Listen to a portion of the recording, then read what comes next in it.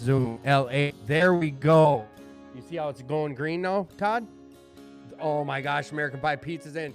You want to grab me a couple slices on there? Welcome to the show, everybody. Welcome to the Attitude for Gratitude live podcast, and welcome back, everybody. Let me get this music off here so it's not so irritating. Welcome back. 2520 North 2nd Street. Come on down here and check out the joint. This is a great place to come find some recovery and get this headphone out so you guys can hear what I'm saying. We have American Pie Pizza in the house like we do every week, so come on down here and check out the show in person, 2520 North 2nd Street. We'll work for recovery. This place has meetings every day of the week. We talk about recovery. We get recovery here. We share our recovery here. This is a great jumping off point. It's a great resource center. It's a place that I've been coming to since these doors opened 6+ years ago. I've got one of the board members on tonight. We've been slowly getting them in here as quick as we can and as often as we can, but we take it as it comes. But the main thing, like I've always said, you know, if you're out there struggling tonight, please reach out. You're going to hear me sharing with a lot of people tonight and hearing about their stories, hearing about how they found their recovery and what they do on a day-to-day to keep their recovery. You can have that too. You're worth this life. You're worth this life of recovery. So come check it out. Come on down here and get you some recovery. There's a comment section on here. This is an interactive live show, so if there's questions for any of the guests or if there's a topic you want us to talk about, there's a direction you want the show to go in, put it in the comment section and I'll get to it. Other than that, we share this recovery. We're not stingy with it. Anyone that comes on here, it doesn't only have to be We'll Work for Recovery. You're going to hear us talking about New Hope, Alano. You're going to hear us talk about 2218, Serenity Village, Eagle Brook churches. Anywhere people get their recovery, we share about it out loud from a mountaintop. Ooh, look at this. Hang on. You see that? That's American Pie Pizza, baby. 6529 Nicollet Avenue South. Go ahead. Go get you some pizza, bud. So, I'm a little rusty. Haven't been on the air for, 3 shows now? But it's go time. Our recovery didn't take our addiction didn't take a break, so why would my recovery, right, Brian? Yep. All right, young man, who are you? My name's Todd Johnston. Todd, welcome to the show. This is the first time you've ever been on the show, isn't it? Yes, it is. I'm going to have to ask you to uncomfortably get closer to your microphone. Uncomfortable. You know how I originally set you up? Just like that. But don't touch my mics. No, I'm joking. Here, maybe this will make it easier for you. There we go. All right. Who are you, young man? I'm Mike. Welcome back to the show, Mike. And who are you? Brian. Brian, welcome to the show. I got 2 virgins on the show tonight. Nice. You've never been on, have you? Nope, you've been telling me to come on for a long time, and Yeah. I just didn't want to. I wanted you on with Derek and Zach back in the day when we were over at 2218, and it just didn't happen. Let's go around. How long you been doing recovery? Not how long you been sober. How long ago did you start this? January 2nd of 2012. 2012. Mike, what's your date? 1/7/24. 1/7/24. Todd, on the mic. September 5th, 80 or 81? Ho, ho, ho. We celebrate clean time here. Todd, what is your role here at We'll Work for Recovery? I sit on the board with the rest of the folks and, try to make sure that things are followed through and, that we're sending out a good message, putting out a good place for people to come and get sober and a place to be held, people get sober, be held accountable, have a community of recovery, which is the most important thing to have. You have been included in doing recovery this whole time, right? Like, your date is somewhere in the 80s. Like, your story doesn't have years and years of relapse, correct? Correct. Okay, so, and your position, like, in your professional life has to do with recovery as well, correct? I'm a street sweeper. Oh, shut up. I'm just a street sweeper. Listen, all right, you guys, bear with me when I'm going to be asking questions where the 3 of us know that they're silly and we know the answers. But there's a lot of people who listen to the show that aren't in recovery or looking to be in recovery or just curious. So, some of these questions, answer them. Brian, I like how you spit that out. What do you do when you're struggling? Go to meetings, go to the gym, pray. Why are you so nervous, dude? I'm Get not out of your nervous. head. I'm not nervous at all. He's doing good. But I tend to, when I'm in a happy place, I kind of slack off. So, and then, is this a good statement? Someone asked me this. They didn't know that I wasn't hosting 2 weeks ago, and I got a couple text messages because it's going across the bottom of your screen. My phone number. If you're not comfortable putting a comment up with questions, you can directly text me. But someone asked, like, hey, when we're going through bad times, like, we pray. Like, when life's down, we pray. Why don't you think we're praying as much when times are good? I just get complacent. I think I got it figured out, and I never will. So, and then, like, I don't, it's just an ongoing thing for me. Like, I'm going to come back to you with some of this real quick because there's a rabbit hole I want us to dive down, but not yet. Todd, so you've been in this program quite a long time. Have you worked steps? Always. Always. So that's a never-ending situation. It's always a cycle because you always find things that you're powerless over. Things become unmanageable. I have to turn my life back over to the care of God as I understand it because it goes back and forth. And that's kind of like what we were talking about with when things start going good, we forget to pray and hook up with our spiritual part. It can end up dropping off pretty easy. I was just at a meeting last night where we were talking about that. That And topic? and there's 20 guys who are feeling the same thing. So it's kind of a normal thing, and that's why we have to have a community to help keep each other accountable. Accountability. All right, so here's a question we used to always ask, and I'm going to just break it out now. Willingness or honesty? What's more important, Brian? What's more important for your recovery, willingness or honesty? I think I'm a pretty honest person, but willingness. for sure. Willingness. All right, okay, I don't need a definition. Mike, I think honesty. honesty. All right, no definitions yet. Todd, Dang. willingness or They honesty? go hand in hand for Of course. recovery. Yeah. Probably willingness because it doesn't matter how much of a saint you are, you're going to lie. Whoa. But that's still like, okay, we each have our own sides to this. Mike, why'd you choose willing or honesty? Chris? Because if you're honest, then you can be willing to accept all the stuff that you have messed up on. See, Oh, I'll good. flip it exactly around. It's like if I'm willing, then I have this opportunity to tell the truth. Jalissa, one of our soldiers, A1 from day one. Thank you, girl. Watching on the big screen. Baller. So, all right, I asked you when you're struggling what you do. Todd, you've got, 40-something years of Yeah. recovery, continuous recovery, 40 years in these rooms. Like, what's the one piece of advice you give to a newcomer? Build your community.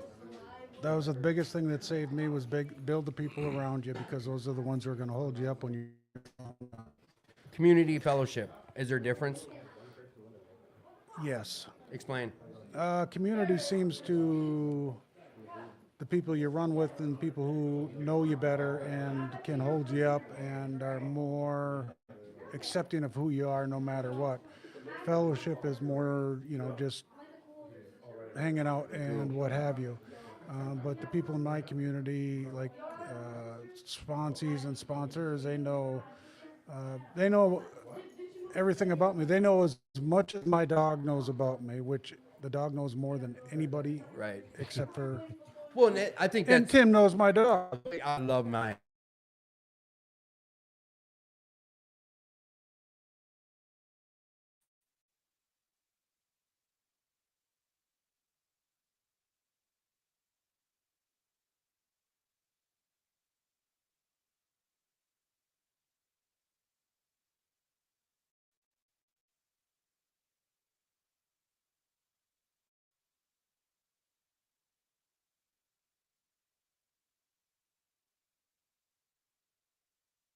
Yellow. There you go. Now we're back. Sorry, guys. Sorry about that. You cut out at the very end, so I'm not going to ask you to repeat that, but sorry about that, everybody.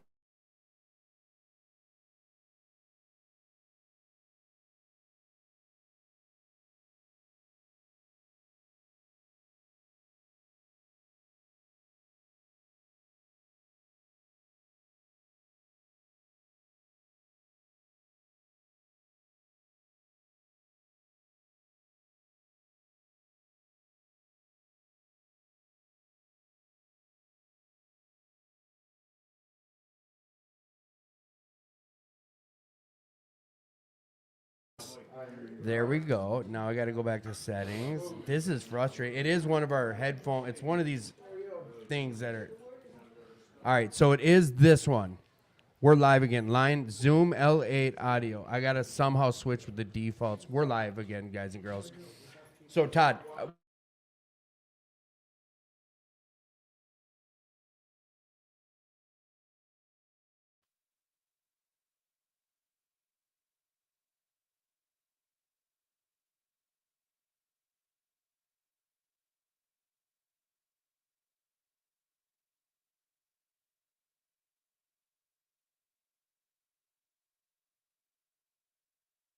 Here, boom, and we're good. I don't know, but the audience only lasts.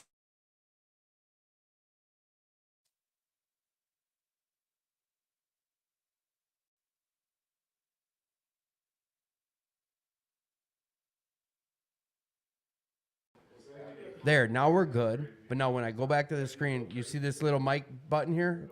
It'll all of a sudden, it mutes on us. I don't know Dude, why. ain't doing it now. Then don't We're go good back. now.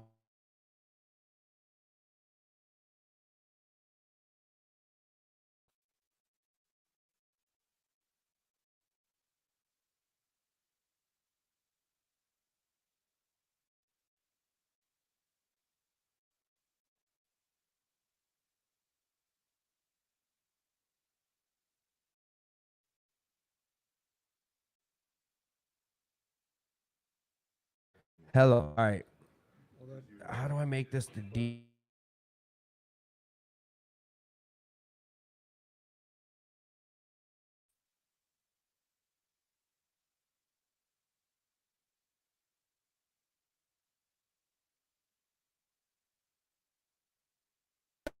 And then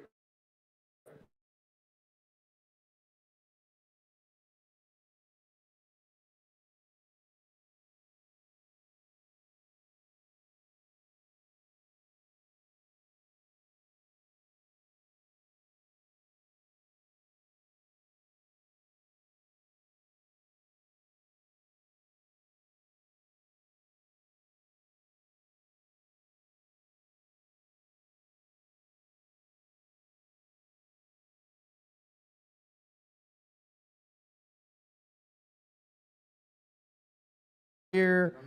Now back to settings. I just want to see there. Boom. So it is Zoom L8. Now, how do I make that the fucking default? I don't know how you make this. Let's just keep it here. All right, we're live again. And anyone who was patient with us, I appreciate you. I'm going to do my best to listen to it on a 5-second delay in my ear and turn it down. Todd, you've had some ups and downs in recovery, I imagine. Life has shown up. Like, what's gotten you through the hard times? Friends, people, sponsors, sponsees, and family. I mean, for sure, I'd be dead right now if it wasn't for my wife. She's, German Irish Catholic, so she kind of wears. She's not in recovery, is she? Like, she's not one of us. She's a normie. But she's always been there to support you, right? Always. She's never seen me. She's never seen you drunk? No, neither of my kids. Yeah, and you've got, you through school, you've had a life, and it's only because of what? Recovery. Only because of recovery. I jumped all over. I want to talk more about the center here and what's going to happen in the future. Like, what's the goals of the center? I know being that we have a board here, that was news to me a month ago, or when I brought the show here. I didn't even realize We'll Work for Recovery had a board. Can you explain what a board is and what the purpose of us having one is for We'll Work for Recovery? You should have gave me advance notice on that question. No, from the hip. We shoot. A board governs what we do. It helps provide direction, so we have good orderly direction, and it's ran correctly, and it's honestly and sound. So there is no outside issues that end up affecting it. And it's doing the next right, making sure that we're doing the next right thing, one foot in front of each other, one foot in front of another to do the next right thing. So does the board hold you guys hold? Is there accountability? we do. I'm hearing accountability in this. Yes, there is. But what is it? Just like, so what? How can you compare? Dumb it down for me. Dumb it down to, like, I've been part of running a recovery meeting. Like you got a chair, a co-chair, like Yep, we got a chair, co-chair. okay, so all that. You got, Carolyn and Paul running the facility and the agency and, working on the peer support parts of the program, so that we can continue to do what we're doing and provide services. And that's the most important thing, is providing the community so that people have a place to be. If you look at it, a lot of people that come to Will Work might not fit into traditional Alano clubs. They might or might not. But a lot of times you'll find folks that don't fit into traditional Alano clubs, like I didn't. But the kind of treatment I went through back in the 70s was, they don't do that kind of treatment anymore. But it pushed for making sure that you had a community and you had a brother always by your side, and that's the most. So the word, like, I was about to say like mundane, but when you say the traditional Alano clubs, like, and I don't want to use the word boring or mundane or like not interesting, but every time I have someone come in here who hasn't been on the show, which I'm going to ask you, Brian, so you can think about it, but like, I always ask, how'd you hear about Will Work for Recovery? How was it explained to you? And then what was your first impression when you came in? Because you and I both, anyone who's been here knows this is nothing like traditional Alano club. Correct. So that's where you hear me kind of getting into that. All right, how do I explain to someone like an Alano club wasn't for me without me saying, well, it's boring. In comparison to this place, it is. For me personally.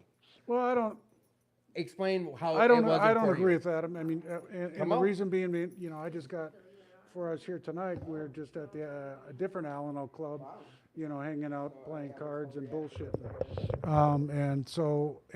And talking and, seeing how people are doing and just having friendly conversations. Will Work might be a little bit more lively. It serves a different population a lot of times.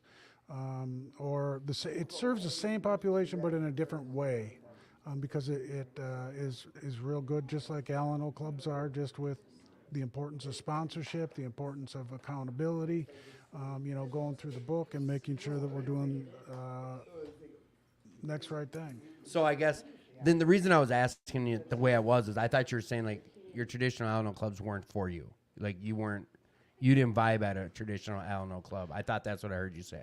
No, not no. Okay, then I misheard. I'm sorry. That's why I was trying to say like those clubs are boring. This isn't. That's not what I'm trying to say, because I found my recovery at New Hope Alano men's meeting Thursday night, which I still go to. Yep. But now I also have the option on Wednesday nights. I come here at 5:00. There's a men's meeting and a women's meeting, and it's very beneficial for me. Is there anything you can share about that you guys have talked about in the board of what the future of Will Work for Recovery looks like, or what you guys are striving to do? Well, we're just striving to work on providing the most support that we can for people who are suffering from the illness. I'm trying to get you to drop some top secret stuff. I know like, you are, and I'm not going to get my butt handed to me for doing it. I know we are. Listen, we got a fundraiser going on. And there's more important people to talk to than me. So You're gonna walk off with my keys. Give them. Isn't that a sweet ass thing? I do like this. Yeah. So, All right, here. Let me just bring something up, and you can correct me if I'm misspeaking. Will Work for Recovery is doing a $20,000 fundraiser, and that is in lieu of trying to help us get into another facility right down the road, much bigger, much more accommodating for more addicts and alcoholics. Am I correct in that statement? yes. Okay, and we've already brought in a few thousand. What I just saw, it almost looks like we're almost at 2,500. I don't know. I didn't look when I Bottom went line through. is like I don't really ask for financial help on this show, but if you're able to help, please do help. Hop on their website. You can www.fr.org. You can go to their Facebook page, and if you're able to donate, please do donate financially. They do need your help down here. Well, and we're growing out of our space. That's the biggest reason why, the only reason why we're moving is we're growing out of our space, because so many people are finding the doors to come to Will Work, and they're finding the help, and therefore then they're staying because they're finding the community and the fellowship and recovery. I'm going to bring up a topic, and we're going to talk a little about it, then it's going to get into fun, then I'm going to let you go. what are we running into? Because most people would hear that statement of saying, like, we're outgrowing our facilities. You out here? I love you, Rick. Thank you, Addison. So we're outgrowing our space. Well, most would hear that and say, well, you guys must be bringing in tons of money. Is there a way you can explain about this being a place of tons of newcomers where financially, can you word it? You know where I'm going with this. I know where you're going with So it. can you explain it in a properly business fashion? Like, explain it to us. Why can't we afford a new building if we have all this population? If we're outgrowing It's it. very hard to explain because you get people coming in from all walks of life, and there is not, Bro, people do not you guys have, want to hop on? All right, give it 5 minutes. He's almost done. You're on next. Sorry. uh, Allison wants to get on there. and people coming into recovery, if they're coming out of jail, if they're coming out of the joint, if they're coming out of homelessness, if they're coming out of wherever, they're not going to have a lot of funds and a lot of money, and that's where we end up with the problem. Is we're trying to provide a place for people coming new into recovery. You look at Alano clubs that are self-supporting; they got people that have been there 40 years. Right. Okay. Right. I've been there 40 years. Mm-hmm. Big difference on people been there 2 years that are just trying to make ends meet or trying to get their family back together, or they got little kids or so on and so forth, where they Right. got to take care of all that. And so, yeah, we are bringing in a lot more folks because it's attraction what they want, and they're seeing some help and kindness, but the funding of it isn't there, which is unfortunate because you want to make sure something like this is unique, Yeah. very unique, and it's kind of the old school way of getting clean and sober, which is why it works. Right. So I appreciate how you worded that. I didn't put you too hard over the coals on that. I'm going to ask you a question. The question is, can I count on you to come back on the show? Sure. No, I need a hard yes. You're on camera. Oh, totally. Everyone saw you give me the finger. Just because you can't see us there. I need a hard yes or no. Oh, yeah, I will. All right. Okay. And now, Todd, the name of the show is Attitude for Gratitude. Is there anything you want to add to what we shared about before we get into your gratitude that I didn't touch on that you'd like to share about? Okay. I will have a better list of questions for you next time. All right. Name of the show, Attitude for Gratitude. What are you grateful for? I'm grateful for my kids. I'm grateful for my spirituality and my family, and my friends. I love you, Todd. Thank you for coming on. Betcha. Getting a little vulnerable. All right, batters up. All right, boys and girls. Thank you, Todd. Serious. Thank you, Todd. You should have asked him if there was a program or why haven't they built together to A like what? build a program for people that's newly in recovery and to have companies that specifically hire people that's getting out of, I hear you. I hear you. you know? I hear you. Todd, I've got a list of questions for you next time you come on. Okay. I love you, buddy. Go ahead, throw your headphones on and just get as close as you can to that mic that you're comfortable with.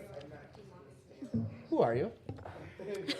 What's your name? My name is Jill. Jill. I'm Tim. Nice to meet you. Nice to meet you. Welcome to the Attitude for Gratitude podcast. Thank you. How did you hear about Will Work for Recovery? Through Coop. Coop. Coop's about to be on the air next. Matter of fact, Mike, you gotta hop off for 1 second. Coop, will you grab this seat? And then I'm gonna talk to these two. I'm gonna talk to Coop and her, and then we're gonna get into something with you. I just want you uncomfortably sitting there for a minute. I'm fine, dude. Good. All right. Do this. Same thing. Like, just throw the headphones on and get uncomfortably close. I'm Tim. What was your name? I'm cool. Coop. Nice to meet you. Have we met before? Haven't Yes, we? we've met I'm before. sorry. So, we'll start with you. So you heard about this place from Coop. Did he explain to you what it was? Yes. How yeah. did he explain the place? He said it was a really cool, like, chill meeting, but it didn't feel like any other meeting that he had ever been to. And he just really wanted to share it with me. So now the big question is, what was it like when you walked in here that first time? When you first came in, like, explain it to someone else who's never been here right now. Take as much time as you need. I think I was in awe and also, like, super interested in everything that was on the walls.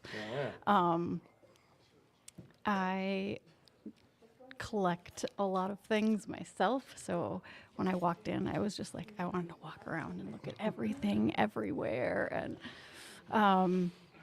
but it just the energy in the room was just felt really supportive and positive and relaxed, which is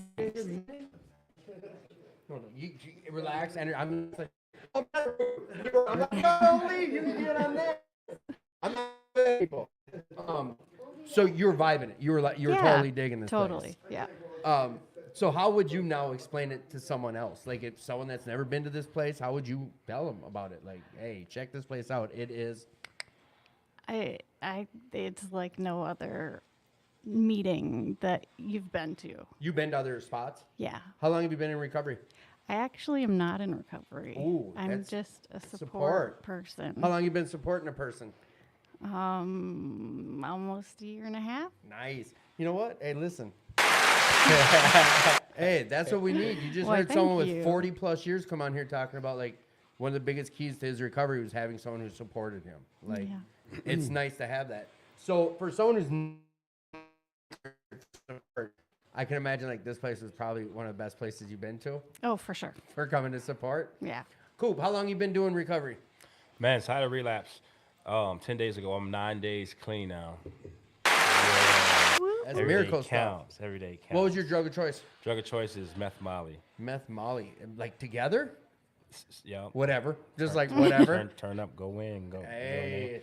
But yeah. Oh. Uh-oh. I'm not computer literate and like we went mute tonight, so I don't know any of that about. So what'd you even come back for? I know that sounds fucked up the way I just said that. But What- why'd you come back? When you what- like you relapsed, how long were you out relapsed for? And so I've been getting put on my cap, man. Like God's been showing me, man, that the using life ain't my life, you know. That ain't the life that he got for me. And before this 9 days, I was 13, 14 days clean. 14. Before that, I was like 11 days clean. Trying to not like this Dude, is I've been struggling. I've been battling, but I don't give up. I got a background of like warrior work, you know. so have you been I mean, is he the one you've been supporting for a year and a half? Or like Yes. so you've been trying to do this for a year and a half now? Yes, I have. And actually, what was that? 11 was- months. You went 11 months? 11 months. Shit. And I spiraled out of control, and then it's, I think, guilt, shame, and all that good stuff. Once you start again? Yes, that hopelessness that come with like, man, I know how hard it took for me to get to that year, and I knew every temptation I had to curve. I know, and like, it's discouraging. You know? I think this is a good time for like Brian to start weighing in too, because you that wasn't a year, but how long did you have before your relapse? You had multiple years, dude. Yeah, I was coming up on 5 years. 5 years. But and- I've relapsed many times on alcohol. Switched up. My last relapse before that was one shot of Fireball. So all right, but listen, Brian, I know firsthand for the 6 years I've been in, like I bring up the names like Zach and Derek and Todd, like people I know are strong in recovery that you've been linked up with, and you've been part of this group of strong individuals that have strong recovery, and you got multiple years, and all of a sudden, I know the story, you've told me, and I was about to ask you, but I want to hear from you. How did that happen? You have all this time. Was it something you planned, or did it just like what happened? Share with us. Take a few you want me minutes. to tell you Yes. how exactly it happened? Yes. So I was up hunting and did not know somebody that that had land up on me I grew up with. Did not know they were using. Went over there because they were supposed to come over and help me with the deer stand, and went to their land, went in their trailer, and there was a pipe sitting there, and I didn't hesitate to even think twice about it, and I grabbed it and I used it, and that's how it happened. yeah, you know. Did I miss the punchline?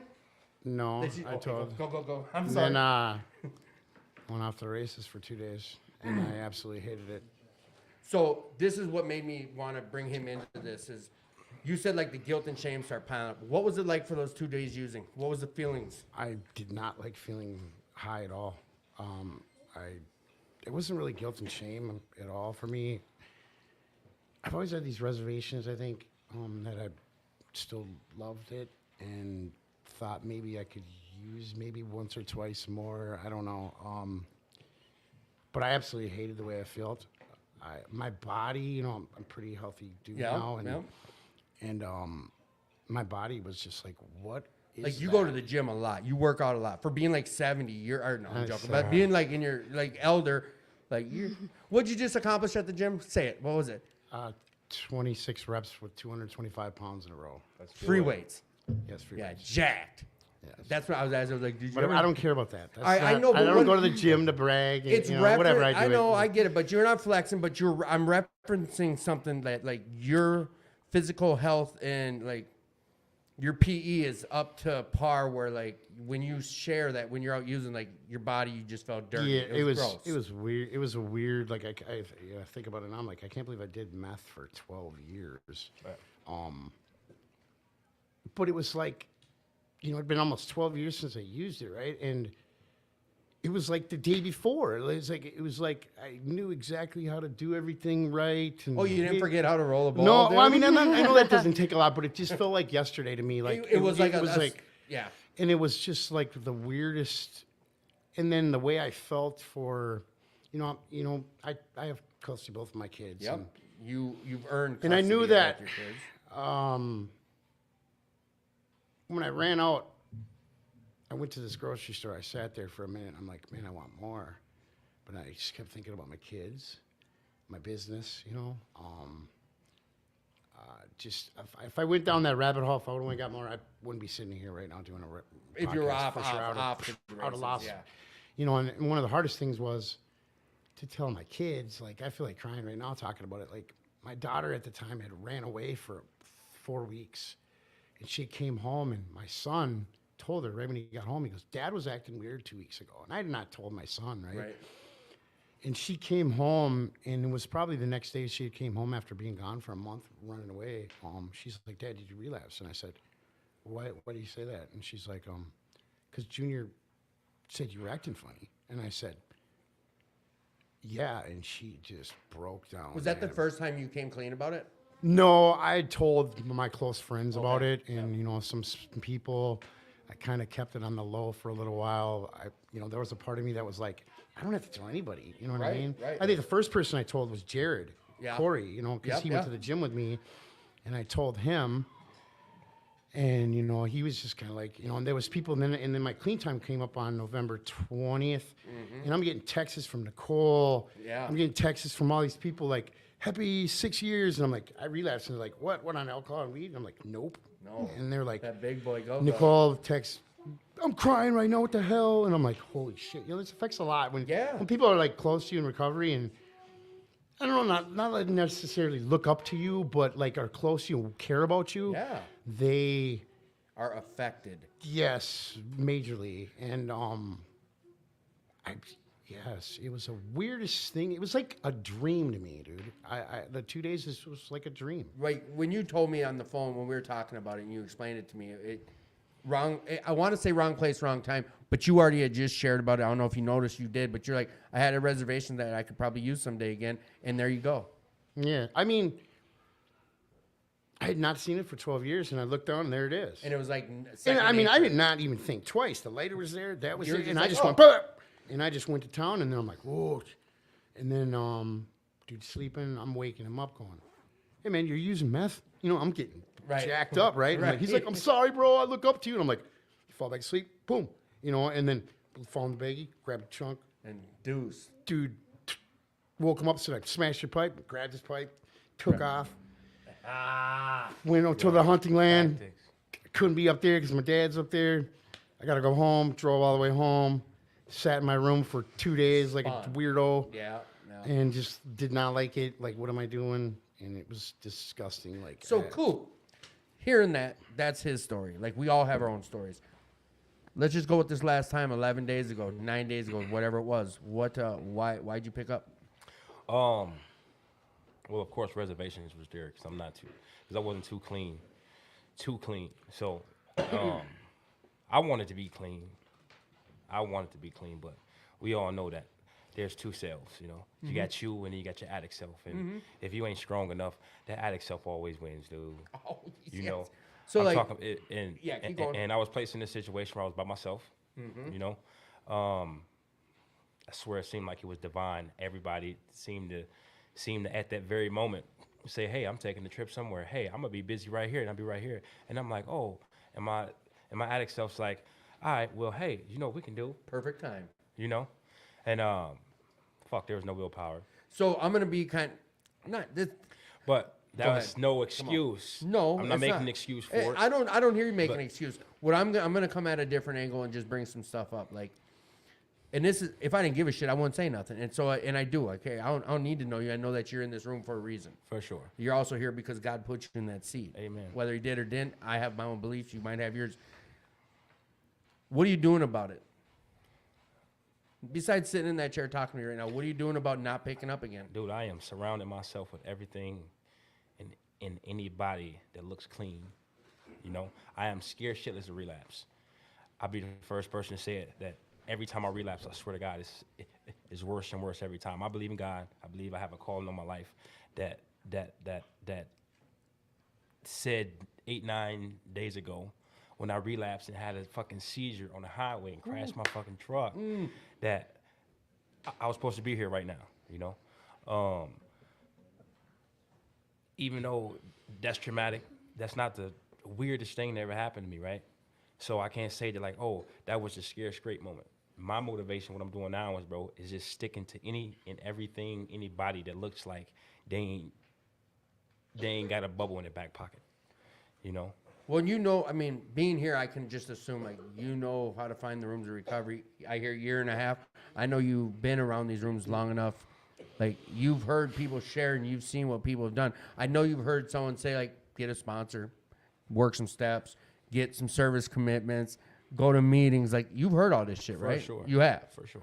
So, like, which of those steps are you taking right now? You got a sponsor? Listen, no, wait, before we even answer anything. Yes, sir. None of this is me busting your hump or being an asshole. What I'm saying is, Yeah. I care. I don't want to hear about someone be like, "Hey, do you remember Coop?" Yeah, I don't want to hear about that. for I'm, sure. and this goes for everyone. I'm sick of seeing people's faces on T-shirts. I'm sick of letting fucking balloons go at funerals. I'm sick of burying you guys. I'm sick of burying people, and that's it. Jails, institutions, or death. If you had a seizure behind your will, like you're alive. You're lucky. No, You're lucky. for sure. Call what you will, but suggestion time. Get a fucking sponsor. Get his number over there. Whether you know him or not, go get his number. Get his number. Ask Brian's. Like, these are things someone said to me. It was uncomfortable to do. But I really wanted to be clean. I was a heroin junkie. I didn't know how to stop. That was my thing. Like, Right. This ain't about me, but I'm going to just share. I didn't know how to stay stopped. So I came in here begging you guys, like, what do I got to do? And I needed someone not to just be like, it's okay, man. It's not okay, bro. Relapsing ain't okay. It might happen. It happens. Look, man, 6 years. I would have never thought he'd have fucking picked back up, but it happens. We bury people that it wasn't the plan. Get some phone numbers, bro. Like, this thing about we'll work for recovery, people are all like, oh, well, what service commitments? You don't even need one. You can just start cleaning up. Grab a vacuum and clean. What I'm getting at is, like, there's always some shit to do in these rooms. And with what you already sharing with me, like, being alone is a danger zone for you, sounds like. For sure. For me, it was. I can speak for me, being alone. So, like, to have a spot to come to, like this place, every day they're open, and, like, there's something to do here. What have you seen up and downs for him? Like, if you had something that you could tell him with being in these rooms this long, and like, I know you've heard some things. What's your suggestion to him? Well, first and foremost, I think my biggest suggestion is for him is to be 100% honest with himself. Self. He currently is taking some pretty decent steps, I think, towards, a clean lifestyle. Shit, you're here. To me, that's a start. Right. He starts treatment next week. Hey! Right?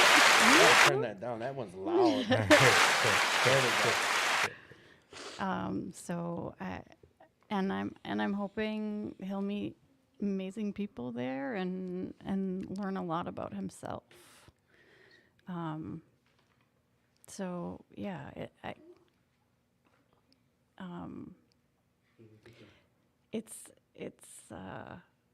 it's hard What, caring for someone and then watching them do this? for sure. That shit For hurts. sure. It hurts. Like Um, a son of a bitch. Here's, and it's hard. You know what? You don't, because I still got people in my life that are out there using, and like all I just want to Yeah. shake. Like, what the fuck are you doing? Exactly. But you know how many years people around me wanted to do that? I would, my poor mom and my poor, the women that were in my life and my friends and my other relatives. Like, I always want to be like, right now, when I see someone I care about struggling and I want to do all these things, it's like, that's what I was that person. People were doing that too. Like, I got to remember, people care. Like, people, if they didn't give a shit, they wouldn't be saying nothing. That's the one thing. Because I easily get pissed off. I get mad when someone's over here telling me what to do or giving me suggestions. So, Brian, what have you done since to not let that happen again? I mean, to be honest with you, I could do a lot more. I mean, Why aren't you? See, this is now. I'm I not mean, gonna I'm go gonna in be- hard on I mean, you, but him, I you know, will like watch. earlier willingness, like it's like all about that, right? Like you got to do things you don't want to do. I do go to more meetings now, but I haven't talked to my sponsor that Why much. not? I don't. I mean, I'm screwing up. I mean, there you go. There I you, mean, honesty. You hear that shit? you know what I mean? Like what? You know, I want to be. I ain't got no excuse. All There's right. no excuse. So is anyone holding you to it like I'm doing right now? Like I know this ain't comfortable when someone's saying, "Why not?" I mean, I've been going to more meetings and stuff. You know, I Yeah, feel I've like been I'm seeing doing you all more, right. yeah. Should I be doing step work? Yeah, because every time I do step work, I feel great. You know, I used to So, do it. someone from the I don't. outside- Dude, like, listen. yeah, listen, I get it. I like, get it. Why the fuck won't you keep doing it then? Are you doing step work? Yes, bro. Did you hear the guy with 40 years? Listen, man, 40 listen, years. He said he hasn't I- stopped. I doing get it. step work. I mean, that's my history in recovery is I don't do everything I know I should. You know, I always, you know, I feel like I'm doing way better. You know, it's a lot to take care of 2 kids, run my I get business. that. You know what I mean? I'm tired as hell Jack. all the time. Jack. You know, my daughter's going through a lot right now again, you know, and it's scary for me, you know, to watch my daughter be depressed and like I love my daughter and my kids so much. Like, you know, me and my daughter just have this huge bond together. You know, we might argue here and there, but like the other night she was just like, "Dad, you're all I have." And I'm just like, We could have a whole show about your story, like with this. Like you yeah, know that. yeah, I that's know your right. story. You like, know, and it's like you fought to I get your- don't. Come on. I don't have an excuse. All I right. could be doing more. I could Okay. be. I mean, and no, not being an asshole, but for other people listening, you got to remember it's not just us 3 at all. It's not just us 3. But like, does this? I know you know this answer, but explain why I would ask this. You doing your step work, making you feel good, or what does that benefit your kids in your recovery? well, obviously. So like, there's a saying, right? Like, when I first got in recovery, I did it for my kids, right? Right. Like that's what I did. I got clean. My kids got taken. I got clean. After about 2-3 years, I realized I wasn't doing it for myself, right? So I started doing things more, and I was doing it. So that what you just said is basically, if you are not selfish, but if you're always working on yourself, everybody around you benefits from it, right? Period. That's how it goes, man. If our recovery doesn't come first, everying we love Yes, comes ooh, last. Yeah, I know all the I mean, sayings and all that shit. Okay, whatever. But no, I mean I don't have an excuse. I think you could probably do more, right? Hell yes. Oh, there you go. Like, Hell yes. is there a perfect person in recovery? No, no, there's not. There's not, dude. There never is going to be. You know, No, except my you're right. sponsor. My sponsor's pretty damn badass. But here's the thing. Here's the thing about what we're saying right now is like what we're doing to each other. You need a couple guys in your life like that. Yes. No, I'm just real talk. You think For sure. Someone that I know he loves me. I know he won't say this shit to me like, Tim, ain't there more you could be doing? I, in early recovery, had been like, fuck you. Serious. Like, who are you to tell me what The second I shed that, though, no, serious. The second I shed that, I'm like, damn, he's right. Like, yeah, there is more. Well, I could everybody be- wants to point the fingers like you should be doing more. Why did you do this? Yes. Why? I guarantee you could do some more shit too. You know how much easier it is? Don't be sitting there. You Yes. know, like it's how it is, And man. I'm not gonna be walking away. I won't walk away from this like, damn, Brian's an asshole. I've now, but early on, before I had these tools and I learned about myself, like I know, wow, someone even cares enough. He even gives a shit. Wow, like he does care. People in these rooms, once you make these connections and people get invested in your recovery and they give a shit that you relapsed, like for a while I was confused about that. Why do you even So care? you know, like Ashley. So I'm gonna, to be honest. So Ashley's, you know, a pretty good friend of mine. Ashley I King. never called and told her because I just felt You like knew. I knew she'd get mad, but I thought that break her heart. I think she would be sad. So we're at a meeting, and I'm, you know, I started talking about it. She's there, and I'm like, oh shit, he's shy. I'm gonna talk. I'm gonna share. And I said, I realized. She's like, what? In the meeting, and I'm like, fuck, man. And she looks like she's crying, about to cry, and I'm like, that's exactly what I didn't want to tell her right now. Right. And you know, like I do have a lot of great people in my life from recovery. I do, man. Yeah. I've met some amazing. You know, Derek's my dude. You know, like it's just, you know, Todd, my sponsors, the man. I mean, I'm grateful for getting in recovery, and I'm grateful for everybody I've met, and you know, there's just some people I don't like too. You know, that's just how it is. But I think I'm doing all right, man. To be honest with you. So when do you know where you're going for inpatient? Is it inpatient or outpatient? Inpatient, outpatient. I'm going New Way. New Way. Do you know which? Like, are you going 3 to hours. 3 hours out Central? Okay. Yep, down here, down the street. Yep. And I've been there before. So what do you plan on doing different? I know you get that question all the time. What I'm probably doing different. What do you plan on doing different? Like, what's Being why honest. is it even? Why even go? I plan to be honest this time. Honest. You know, With who? myself. There you go. There you go. Me and Baby was just talking earlier at lunch. We went out for pizza, and I was trying to explain to her like, it's a pride thing for me going to treatment. That's It's step a one, bro. humbling thing going to treatment because I just did 14 years in prison. I did every program, New Dimensions, Atlantis, Stillwater, everything, right? And I fuck around, I can write a book, you know? So it's something different for me, you know? And I think I explained to her earlier, like, me and her relationship is different, right? Because she's seen every single one of my manipulation tactics, right? Yep. And I was trying to explain to her. How easy it would be for me to go in there and literally put on this clean cut face, talk well. We know the right, talk, yeah. Right well, and just skirt on out of there. And she was like, "Baby, well, how about you be honest this time, you know?" And I'm like, "That's what I'm trying to get at, goddammit." You know? And so that's what's different. That's what's different this time. The honesty. And it's my program, you know? It's, you Bro, know, like a head full of, you got a head full of knowledge, a big head full of knowledge. 14 years in the clinic doing all their programs. You were down for 14 years and working on you. You've got a good head full of knowledge. Yeah. You can talk all that talk. At the end of the day, like, it didn't do much for you. I feel like an asshole saying it that way, No, but don't. realistically, you're talking about relapse. Like, Were you It united comes before down- you went to prison? Was that what? Were you united before you went to prison? No. I went out. I'm just trying to ask him his story. hey, we all host. I got a lot of You got friends that went to questions, prison. speak. Hey, interrupt No, on this I mean, podcast. like, No, so did you? So like, it's No, so I was 15. I got certified as an adult. I got sentenced to 21 years. Did my 14, 15. I've been out for a year and a half. so. What made you want to start using? Were you using in prison? I did a little something. Hooch, Like the way, hooch. but like that the way you shit's felt. Why So, like That's just this? expensive. Yes. You know what I mean? You Yes. ain't.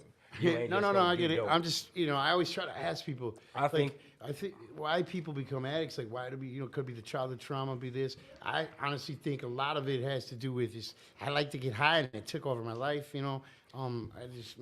For me, I have to say, and I was just telling this to a chick who I drove home the other day, and she's like a counselor at some type of treatment, and she asked me that why too, and I was like, fuck, I went in at 15, you know, and That's all you know. and no, it wasn't all I knew. It was just what I didn't know and what I got out and was curious about. Like it is, and sad to say, but that thing is trying to make up for lost times and trying to You experience. feel like you and missed out on partying maybe a little bit or 15 something? to 30. Yeah. You know, So You in had the no. years. Yes. Those are the years. That's the you know? second stage of your whole life is Gonzo. Yeah. So how easy it was for me to see this woman and see this drug and be like, well, goddamn. Right. It's just like everything else that I was supposed to know, that I was in denial, that like I didn't know. My best admission that I've ever had since being released was, man, I wish like hell I would have got out and admitted that everything that I knew was on a 15-year-old life experience. Come up here, Josh.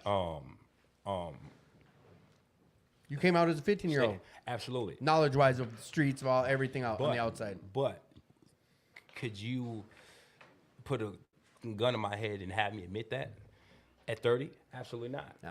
So even now it's a whole bunch of eggshells. Like, man, am I doing everything right? Am I doing this right? But there's still a lot of fascination in the things that I missed out on, No, go ahead. and impulsivity that like naturally comes from a whole bunch of shit that you don't quite know, and you're super curious about. You know, I think that was the gist of me getting into a whole bunch of stuff that I can't quite throw away now, and that's my addiction. So I'm going to apologize to any of the audience right now who's posting up questions. You can't see it on our end, but I have everything blocked. Otherwise, if I unblock it, we lose volume. I got to do some technical work after the show. Otherwise, it keeps muting the show. So I apologize about that. I'll try to get it on my phone. I know we have some questions coming in. If you can see my number scrolling across the bottom, go ahead and feel free to message me directly. I think we have an in-house question. So, my big question is, I'm Josh, I'm an addict. Josh? My big question is for you, brother. Yes, sir. So how do you said you want to go, your answer was when you wanted to go to treatment, you want to be honest, right? How do you be honest when it costs your freedom after you're doing so much time? How do I? What's the question again? How do you continuously be honest when you know that potentially, I'm on ISR too, so I know, I just got out of the joint. You know what For I'm saying? sure. So potentially, it can take away your freedom again. Well, absolutely. It's a lot of you. His question was this: Josh, who comes out, he just got out, he's on ISR. He said, "How does one stay honest when they know like it could put me back in jail with my restrictions, my probation, my parole? If I get honest and say, hey, look, I just did dope last week. How do you get honest?" That's the question. Well, of course, convict image aside, we definitely have to apply common sense. And I was gonna wait for your because- answer to say that. Like, we don't because- have to incriminate ourselves to stay Absolutely clean. not, Nope. because what I'm not willing to divulge to counselors, my baby's right here, Right. you know, Right. and there is a such thing as healthy pillow talk, Yeah. you know, and Yeah. 100%. it happens. I 100%. believe that your significant other or your best friend is your best sponsor, Yep. the Sponsor. greatest therapist. Sponsee, Yep, therapist, sponsor. Psychiatrist, therapist, a lot of that. all that good stuff, I'm but- gonna say something real quick that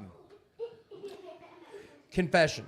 I go to a bunch of meetings. A lot of guys come in here and talk about it, and getting it like secrets do keep people sick. And I'm dumbing down terminology here so we can understand, and because the book says it in a specific way, but like step 5 type stuff. We clear out the wreckage of our past so we can move forward.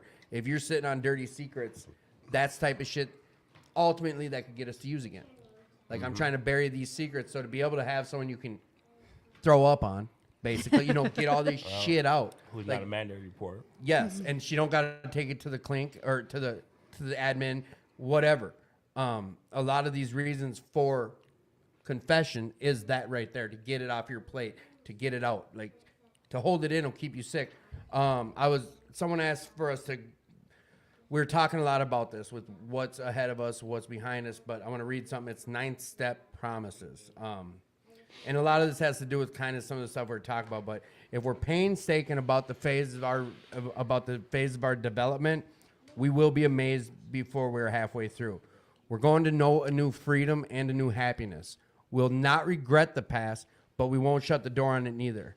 We'll comprehend the word serenity, and we will know peace.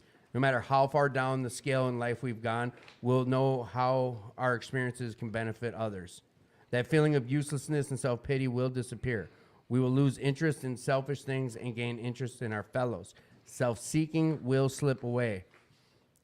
Self-seeking will slip away. Our attitude on life will change. Our fear of people and economic insecurities will leave us. We'll intuitively know how to handle situations which used to baffle us. We'll suddenly realize that God is doing for us what we couldn't do for ourselves. They're being fulfilled among us, sometimes quickly and sometimes slowly.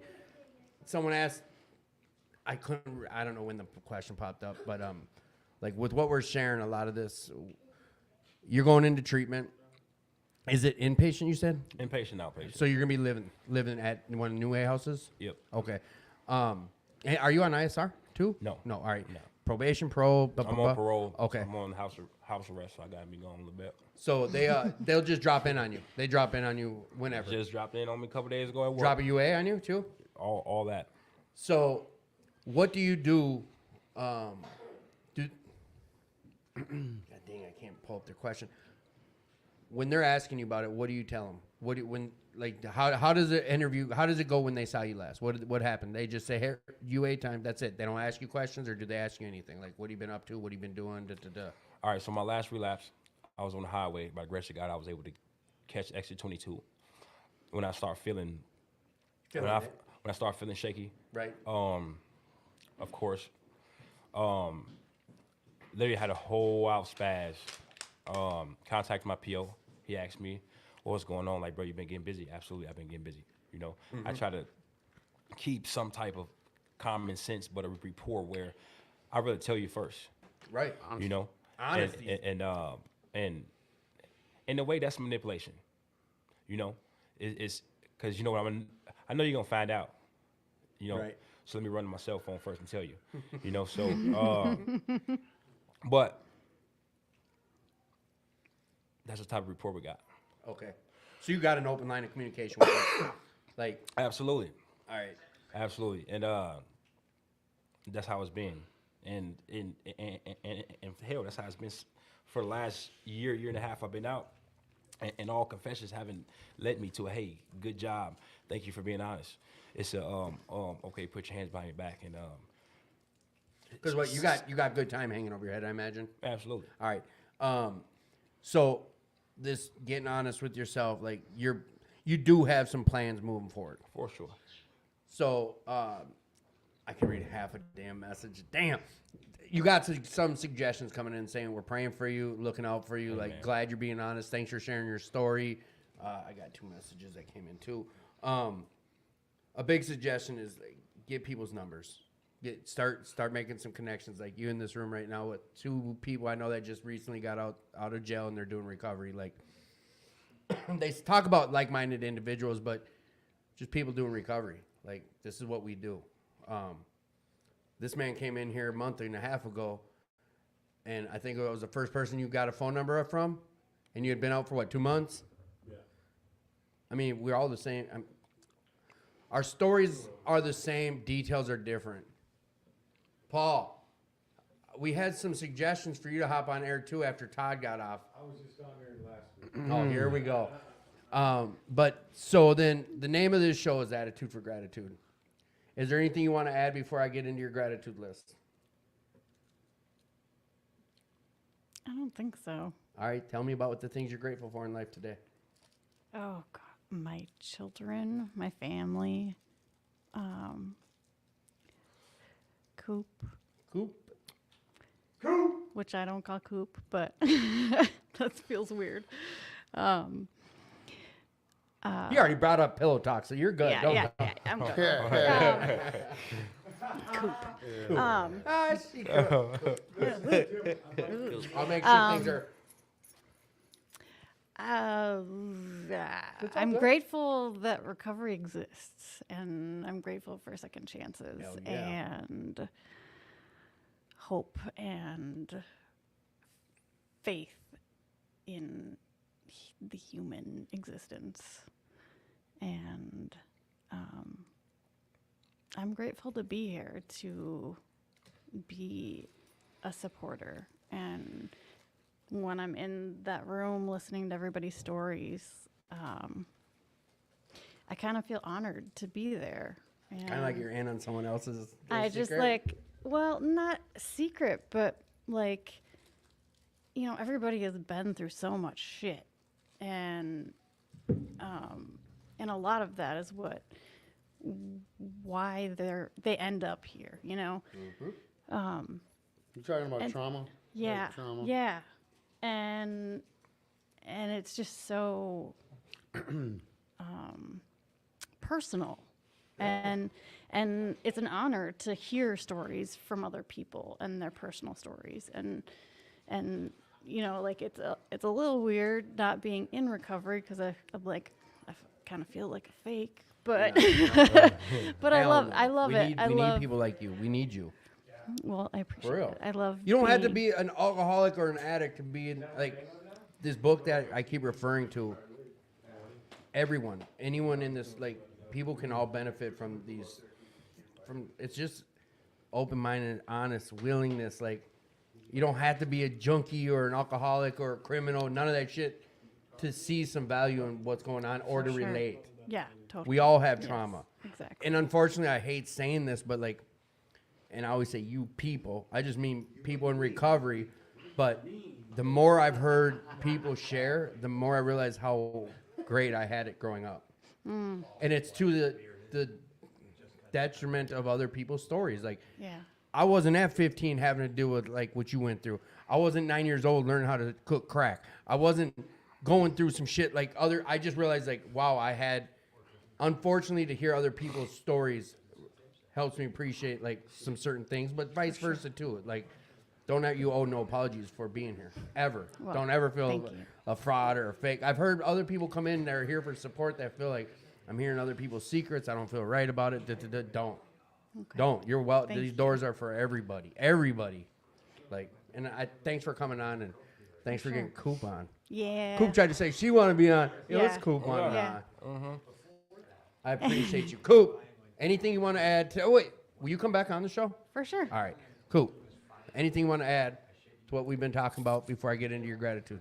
No, we go for gratefulness. And all that Gratefulness. stuff, all that. Tell me about your gratitude. I know you guys got. I didn't think about curfew type shit, so sorry about that.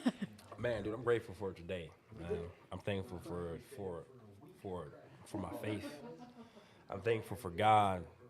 I am a believer in this, and I always say this every time I speak, and that if you're still here today, if I'm still here today, I wasn't meant to be dead yesterday, man.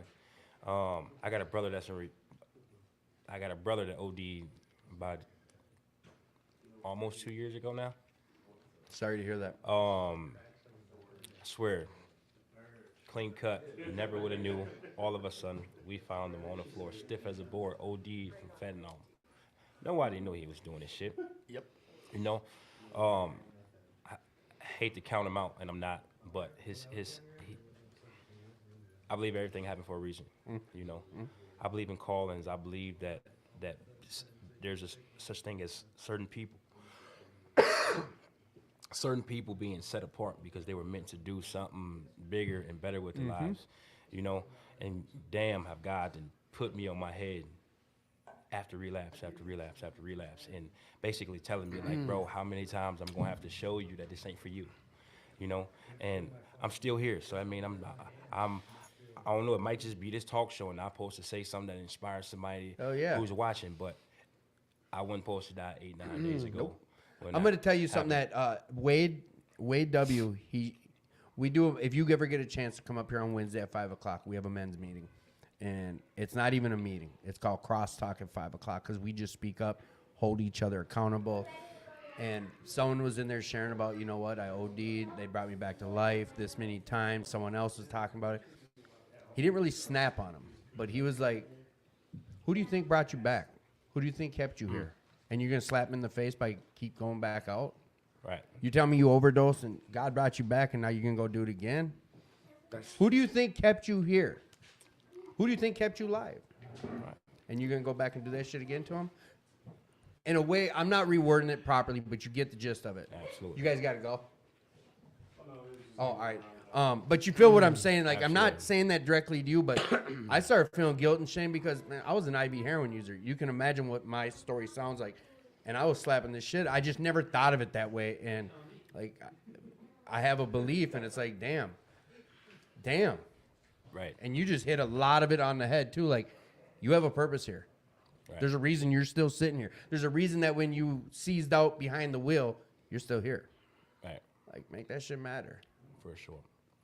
I mean, hey, you're the one with the pen still writing your story. Absolutely. Much things. Be grateful for my baby right here, my best friend. He wasn't gonna forget you. Yeah, he Nah, better nah, I not. wasn't. My baby, my best friend, my sparring partner. Your what? My sparring I thought partner. you said something else. Sperm. I did too. I did too. Man. I'm like, what? Wait. Sparring. Sound Sparring. like sperm partner. Yeah. Like, whoa. Yeah, what? Hey, we all got our own pillow names. I'm like, what? No, I'm joking. No, my sparring partner. I ain't talking about physical, but just like mental. My mental sparring partner, because we go at it. You know, crazy that you talk about like who do we slap in the face, you know, and who keeps on bringing us back. But sometimes not more importantly, but importantly, it's the people that is just standing right there People that every still single stay. after every relapse. You know, so that's one more person we slapped in the face. But that's the And- horrors of addiction. It is. That's the horrors of addiction. It bro. is. Like, And that's the power of addiction too. Yup. To know what you're doing time after time after time again. But it's like, baby, I swear I love you. yeah. You know? But Me using doesn't You take know- away from the love I have for someone. You know, it's But there was this person that used to always tell me, like, man, I know you love me, but your addiction hates me. You know? wow. And Wow. and like, man, that's been a story of my life to everybody that's been involved in my life while I was in the midst of It's pretty addiction. fucking like, hey guys, get a shovel because that shit's deep. You know what I'm saying? Hey, I gotta keep going here. But me too. Thank you, baby. Thank So you. what do you want? Hey, Thank thanks, you, cool. world. I appreciate you. You will come back on? For sure. All right, thank you. I appreciate Thank you. Joshua, grab this seat. You gonna hop on? All right, I lied, Josh, not you yet. Mike, you hopping on because you guys gotta get going pretty quick. Yeah, Josh, you're on after Brian. Brian, What? talk to me. Tell me about your gratitude. Is there anything you want to add to the show? I know we started getting into your story, no, and we didn't get to go much No, further. that's fine. I'm good on that. I'm grateful for a lot of different things. Man. I'm grateful I didn't give up on myself. I'm Wait a sec. grateful- I should never cut someone off in their gratitude list, but I just thought about something too, and I had like 3 questions come in when you were talking about with your kids, and I know you. Somebody asked about that. Yeah. On there, okay. They're you can Sure, see. I got can't time, see I got half time, the stuff. I got time. All right. They said, what was the biggest struggle for you while getting the custody back for your kids? Like I know the story, like with the baby mom. Like they said, what was your biggest struggle for your recovery when it came to getting your kids back? Was it ever an issue? What do you like? The what- question is, what I was get, there? I get All right, it. But you're in like, recovery. You're trying to get your kids back, full custody. To be honest with you, like I think I needed my kids to get taken from me, right? To get clean. That was what I needed, right? So I didn't give a shit about doing anything because Child Protection took them. They went to foster care for 2 weeks, right? Foster care? They went to foster care for 2 weeks. Then my dad, right, got them. They had to do a background check, and they went there. So I was cool with it. I'm like, cool. They're living up north in the hunting land with my dad. I'm good. Every time they asked me to do something, I didn't care because I knew every time I took a UA, did a parenting class, did my treatment, my aftercare, it was close for me to get my kids back. I didn't give a shit. So every step, everything they put in front of you, you're welcoming it. And like people are always like, "God, Child Protection is." Dude, Child Protection. Wants you to have I your kids. loved them, man. Laura, this lady, I loved her so much. Let me tell you a story. From CPS? Yes. Yes, okay. So on Christmas, she calls me. She said, "Brian, come outside. We got 2 vans full of Christmas presents." I said, "What?" I get outside, dude. Oh, I'm gonna And cry. dude, they have 2 vans packed full of presents, right?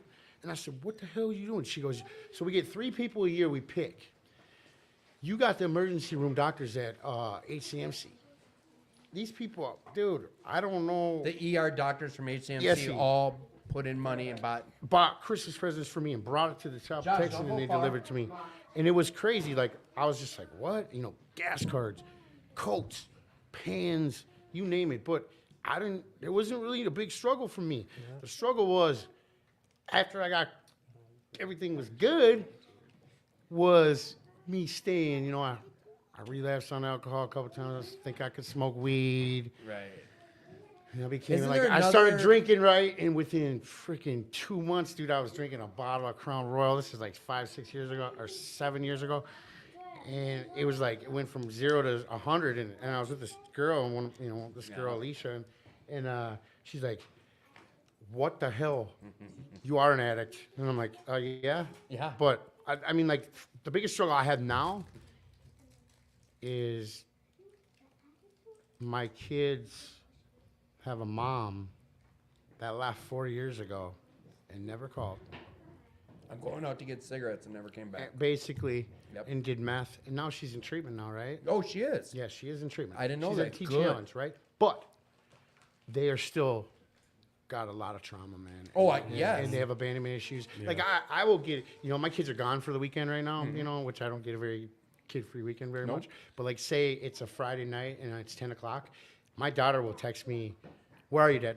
And I'm like, "I'm be home in a little while. Chill." And it's all She's really, yeah. She's got this fear of you. well, that was even before I relapsed too. Right. It's just abandonment issues. So, I mean, I'm gonna tell you right now, the biggest struggle. Like if you don't have any kids, right? Say you got clean and you have a spouse out there that ain't using, but they ain't letting you see your kid. Yeah. There are ways for you to go through the county and start seeing your kids. Don't make an excuse. Go file a motion in that county. Yeah, motions, The ex judge, parte. the judge is gonna look at it. As long as you're clean, you might have to jump through 100 hoops, but they're gonna let you see your kids as long as you're trying your best. CPS is not the enemy. No. No, It they're is. there I for get you a lot to of get people your are like, kids back. I can't see my kid. The baby's mom won't let me because they got clean. I'm like, then go file a motion down at the Right. in the county. What? What do you mean? I'm like, it's $300. Yeah. And they'll waive it too if you don't got no money. Well, what? I'm like, that's all you got to do, man. And Before then that you- starts the process. Before you go anywhere, I want one last story of a Christmas where NA showed up for you. You jerk. I love this story. Ah, I you love it. dick. This is one of the first times I cried in recovery when I heard about this. So 4 years ago when I got my kids, I've always had custody. They went back to their moms for a little bit, for a couple of years. She started using it to take my kids back. I was struggling with money. And, a lot of my friends knew it. They knew I was struggling with money and trying to take care of these 2 kids. And I didn't have the best job at that time. And I woke up, fuck, man, I am going to feel like I'm going to cry right now, too. I woke up in the morning to go do something, go to work. And there's this huge box. And it was just a bunch of Christmas presents, and it said, "From your NA family." And still to this day, right? For weeks, I'm sitting there trying to figure out who the fuck did this, right? I'm pretty sure I know who, right? I can't, but I'm like, "Who did you do it?" And they're like, "It doesn't matter, Nobody man. fessed up, It yeah. doesn't matter. Nope, It really it doesn't." doesn't. I'm like, "Well, I want to know." Yeah. And they're like, "We're not going to tell you." Nobody still to this day will tell me, and You it's know fine. who it was. I know who it was. Well, I know who But it we was don't too. do this shit for pats on the back. But But what anyways- I'm saying is this is the fellowship. Yeah. You know what is it? Eric said. He said, "Good gesture." People that do good things for you don't need people to, they don't need you to. Yeah. They don't need to I don't pronounce need it. I don't need a pat on the Hey, back. look what I did for Yeah. Brian and his kids. Yep. That's not what it's all about. They weren't calling you like, hey, Hey man, thank you. I got someone Yeah, a stroller. I got you that Nike sweatshirt, bro. Yeah. So, anyways, I'm gonna get going. I No, gotta tell get me going. gratitude. I cut you off, so finish up. Gratitude. I'm grateful for a lot of things. I'm grateful for not giving up on myself, not going down that rabbit hole in October. I'm grateful for starting my business. I'm grateful for my kids. I can be there for my kids. I'm grateful for my son right now, man. He's doing amazing. He's changed his whole, he went from doing bad in school to change everything up this year. I'm grateful for my daughter. She struggles, but she never gives up. I'm grateful for a lot of things, man. I'm grateful for all my friends. I'm grateful for Snooze over there. He had my truck for 3 months in the auto body shop, jerk race. But he got $500 off on the deductible. Anyways. Hey. I don't know. Why? I don't think it was legal. Yeah, it was. All right. They're totally legal, bro. There ain't nothing wrong with that. But anyways, all right. I love you guys. Love you, bro. I'm gonna Love keep you, going. man. Thank you. All right, bro. Ray, you gonna hop on? Yeah, Ray's going on there. No, Oh, Josh. Ray. Ray's Oh, good. Josh. I gotta go out here and do some stuff. You're good. All right. Hello. Who are you? I'm Allison. Hi, Allison. I'm Tim. Welcome to the show. Thank you. Hey, dude, I'm taking a piece of that pizza, bro. Yeah, here. At least one. Come on, do this. Say, Allison, he's a scatterbrain, so Yeah. All right, that's okay. Me too. he's all over the place. I had this girl Chilling. make me a po' boy sandwich tonight. I don't think she made it specifically for me, but I ended up with it. Best chef I've had in a long time. All right, so Allison, Yep. welcome to the show. Thank you. Mike, welcome back to the show. Young man, who are you?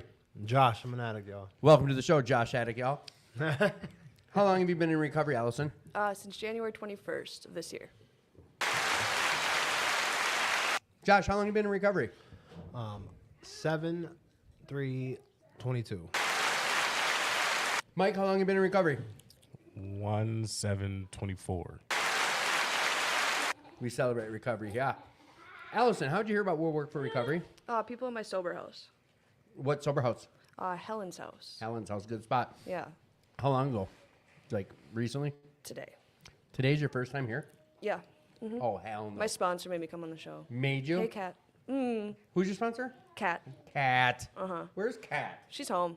She She left. messaged like, get your ass in there. Yeah. No, she was here. She was here earlier. So when I said like, hey, it's gonna be a banger of a show, come back there, check out. She kicked you in the leg and said, you better go back there. Yeah. What'd you think of this place when you walked in? Wait, first, how was it explained to you? Do you remember how they were they just like, you got to go check out We'll Work for Recovery, or what was the talk about this place? Do you remember how they explained it to you?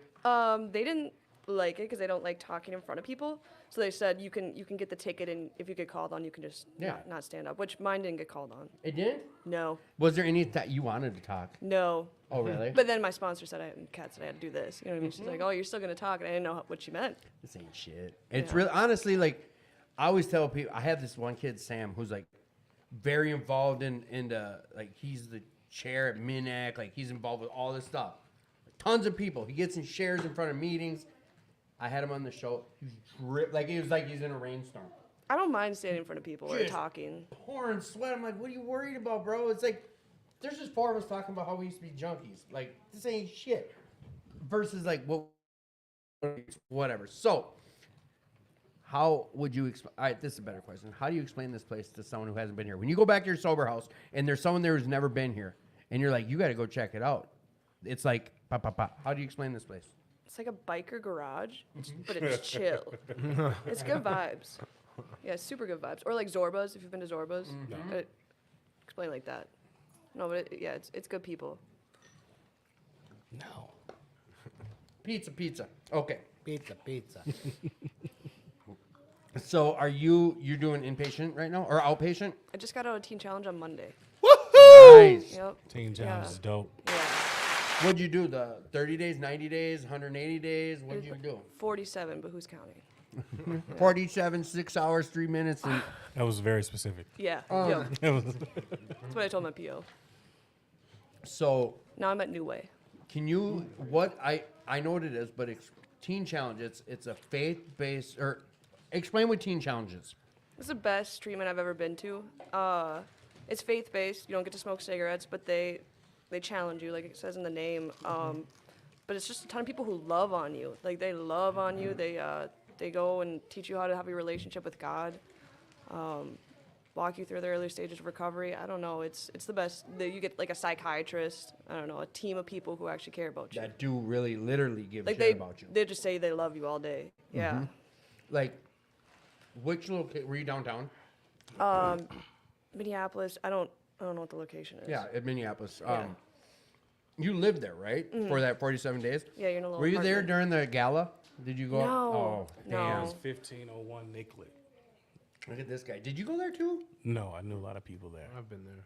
One of the best times in my recovery, my buddy Derek, he brought me to the Teen Challenge Gala. We got these like $2,500 a plate to be in the audience. Like, there's governors show up and like big people, but they sing like all the patients at Teen Challenge are up on stage. So it was like one of the most spiritual times I've had in recovery. It was badass. So why only 47 days? Was that just how long insurance covered you for? Or were you like, I'm done, I'm fed up, or did something happen, or whatever you're comfortable sharing? My mom super wanted me to do the long term. She's probably watching right now too. Good. We appreciate moms. Yeah, I I had like a God moment in jail this last time that I had been raised. Will you share about religious. it? I just opened up a Bible. It wasn't like some huge moment, but like I had been kind of searching for God my whole life without really knowing, and like I was like confirmed, all that kind of stuff. And he kind of showed himself to me this time in jail, so I like had the random idea to go to Teen Challenge, where I was like, I'm never going to Teen Challenge, like that's not for me. But I did it, and people were mad at me for not doing the year long, but I was like, I want to go be on fire for God, like somewhere else. Like I want to see. I felt like I had a different purpose, you know? Okay. Yeah. So I'm following that. Bear with me 1 second, everyone. We're probably gonna lose some sound. We were losing sound every time I did this last time. I just need to take off some banners because I can't see your guys' faces. Okay, so can everyone still hear us out there in Radio Land? Nope. Damn, that's quite frustrating, you guys. I'm sorry about that. So we got to go back to audio. Hello, hello. It's on. It says it's on. Yellow. Okay, whatever. So you wanted. Hello, everybody. You guys hear an echo? Yeah. No way. Really? All right, so here's what. Space. Allison, you enjoyed Teen Challenge, though. Yeah, I and you loved got a lot out of it. Yeah, I loved it. You had a spiritual experience while you were locked up. And in Teen Challenge. And in Teen Challenge? Yeah. Can you share about you? Like, here's how the show used to be. I used to have 2 guests scheduled. They'd come on and we'd just go for 2 hours. Whatever conversation showed up, I had a basis of what I'd start talking about, and however the conversation evolved, it evolved. We don't have a ton of people waiting to get on, so we can get into some stuff. But like, I usually say, do you have a higher power? If so, how does that look in your recovery today? Like, answer that question. Do you have a higher power? If so, what's that look like for your recovery today? How do you utilize your higher power? I know God's walking with me. There's like times when I just randomly get goosebumps, like when I know I'm in the right place at the right time. I pray to God every morning. It's the first thing I do. Reading my Bible. It's different. Just sobriety is different. It's like I was white knuckling it for all the other times I tried it. It felt fake. And now it's like I'm living. Like I know that people like would say like God took away my urges, but I feel like God took away my urges, you know? And that's just blessed. Like I feel blessed every day. I'm thankful. Was it a situation where you were like, I'm done? Or it was a situation where God took that desire away from you? God took the desire away from me. Because like I went to jail and like I was sick of it. I had kind of brought myself to the end of myself. But like a friend of mine still turned me on my warrants, which was cool. They cared about you. He loves me, yeah. He's awesome. But I went to done it, but I feel like that was God too, you know? Yeah. God with skin. I go to a meeting with a guy named Bob S. who he's like, I'm filled in this room right now with gods with skins. Like you never know. Yeah, he was sitting in the corner by me. Oh, you weren't there. But I understand what he's saying because, like, I might hear something from someone and where the hell did that come from? God speaking through them. Like they don't know it. I don't know it. Sometimes I don't hear it until I say it. So you explain this place kind of like Zorba's. Mm-hmm. Zorba's. I love it. That's a new one. I've had someone come in here and say, oh, it was like if you could turn my brain inside out when it was spun out on meth. And I was like, whoa. Perfect. But I also like it. I like everyone's opinion. So what are your goals? Do you have goals right now? And if you do, what are they? I obtained my sponsor again. She was my sponsor before when I was trying. She was actually my boss too at the time. And then I just saw her again here. Like we hadn't. That's a God moment. She doesn't live at your sober house with you? No. Oh shit! Yeah, No, God stuff. Yeah, and I want to be an EMT. I'm gonna go to school for that. I'm gonna follow through and finish this outpatient. I've never done that. Yeah. Get myself right. Get my family back. There you go. In my life. Yeah. There you go. Mm-hmm. So you do have some goals. Good. Yeah. Josh.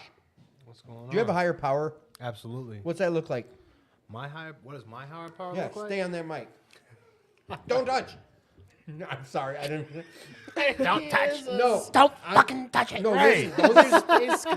these two right here will fall off. That's why I tried to do my best to get it how it is. So just move your body to it. Okay, how about this? Oh, that sounds good, Josh. You stay on it. I know my higher power looks like my everyday life. I try to stick to the 9 fruits of the spirit as much as possible. The what? The what? The 9 fruits of the spirit. The hell does that mean? Okay, so you can make me look it up. No, you ain't got to look it up. But what? It's 9 different It's things. 9 different things: kindness, joy, peace, happiness, self-control. Bro, you don't got to name all 9. all. But Oh, you by heart. okay? So yes, how does that how do you That- imply that? Just by because it's the law. You know what I'm saying? It's the law in my heart. It's what my beliefs, and I've found. Excuse me. When I go by them, that life works better, right? You know what I'm saying? When did this take place? Right around when, about a month before I got out. If anybody doesn't know, Out of what? Out of prison. You know, I shared on the show last week, or a couple weeks ago. Reshare. That, I shared that I was in this room with my roommate, and he didn't have a TV. All he had was his Bible and his radio to play sermons and Christian music all day long. That was your celly? That was my. And at the time, I was mad at God, you know, and if that's not a God moment, I don't know what is. You're mad at Every him other when he shows celly, up. every other celly. After my uncle died, my uncle passed on June 15th. Okay, I was in prison. I was getting out. I got out January 29th. Every other celly besides him, my last month, I got in a fight with. Every single one. I mean, no, just so you know. Oh, you won. We don't brag about that shit no more, No, Joshua. you're absolutely right. I'm sorry, guys. I don't care. Anyway. So you were brawling with every celly you got. Then you finally get. I'm gonna speed up some stories here. You finally get into. We have this celly. All he has is a Bible, no clear TV, and a radio to listen to Christian religious music, stuff. Yep, and sing badly. And you weren't feeling that shit right away. First, How did it For evolve? 2 weeks. 2 weeks. That's all he did. Right. Preach the word. Write sermons. Let me hear the sermons. You know what I'm saying? Check this out. And I finally snapped. After like 2 weeks, I snapped. And I said, bro, I'm so mad at this man, and you keep bringing him up. But he I'm so he mad. wasn't really like standoffish about No, nothing. He was welcoming to He it. was welcoming to it. You know, we cooked. We had a good time. You know what Yeah. I'm saying? I was still polite. You know what I'm saying? With kindness. You know what I'm You saying? So- opened up finally. Yeah. I was closed off for a long time. And it was the perfect time in God's moment where I seen what he did. You know what I'm saying? No, I don't. What I do you seen. mean? So me being so angry, and he knows I'm angry with him. You know what I'm saying? Because he knows my heart and he knows my will. And he knows my walk. Him walking me through and letting me get my anger out to lead me back to him. It was something super powerful. Did you figure that out, or did your celly explain? I figured that out. I sat back those 2 weeks after I Just kinda snapped. went- After I snapped, there was a night where we didn't talk. Like I wanted to fight him, you know? Your celly. Yeah, I definitely did. I need my 9 and 0. So you being too good and Christian, like I want to punch you in the face. Like what? That's just crazy. But that's the way I was. That's where I was. You know what I'm saying? And you know, I stayed sober my whole bid. I'm almost 2 years sober. But it got to we had a night where we didn't talk. We weren't talking at all. He's like, "Hey, can I watch some TV with you?" I said, "Absolutely," because he never asked to watch my TV. He's always either Oh, singing. you brought your TV in with you. Yeah, So you had a I TV. had my TV up. He just didn't. Yeah. And he never. I always told him he can watch it. You know what I'm saying? Mexican dude? You don't know, white guy. Okay. He doesn't have.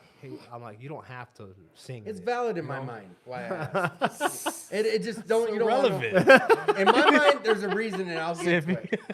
All right. So this whole Sorry for weird my ass- friend, guys. Weird ass white dudes preaching the word. And he watched some TV with me, and he made some dinner. He cooked. He cooked for me. Like I'd buy the food, he cooked. You know what I'm saying? Right. Because he didn't have much money. It wasn't on no extortion shit. It was more or less Right. just like I'm gonna feed you. I got you. Right. You know what I'm saying? It's a silly thing, man. Yeah. Hey. Just make sure I'm always on the phone, bro. You're never on the phone, so go ahead and cook. I got you. Like You I are fly a you full by boy. type. Yep. Yeah. All right. And after that night, right, I don't know what happened in between that night, but I had a dream about my uncle that night. And that morning, I woke up and I sat down with him, and I started reading with him and praying with him. Scripture? Yeah, absolutely. And digging in and listening to what he's saying in the sermons and giving us some ideas about some sermons. And I full-fledged switched up. Right? You got sucker dead. Well, Wade explains it like it was a light switch. Is that how it was with you? Absolutely, because I believe in God. I've been knowing God my whole life, right? So you were just in I was in a resentful spot towards Yeah, him, blaming him for shit. Absolutely, yeah. And after I got out, after 2 weeks after I got out, I was like, damn, I miss myself, man. And but it was so powerful because he was so powerful with it. You know what I'm saying? Like his faith would not be shooken, no matter how much he got mad, no matter how much.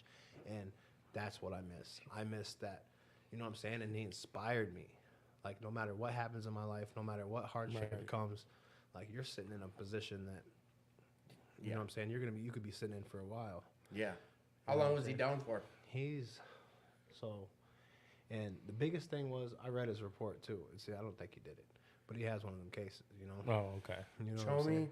Yeah. And That's a hard one. It's so much that can go wrong But with listen, that. I'm going to tell you guys a story, quick story. This man's 18, or this man was 19. She's 17. They were high school sweethearts. He turned 18 or something, and the dad filed charges. He got locked up. Now he's labeled a chum for being with his sweetheart for 3 years. 16, 17. 17, 18. You feel me? Like, or some dude pissed on the corner of a school, half drunk, and all of a sudden he's an indecent exposed. There's some weird. There's this cases. dude. I was in prison. This dude, drunk, 2:00 in the morning. He goes outside. He's like, I love my car so much. He ends up humping on his car.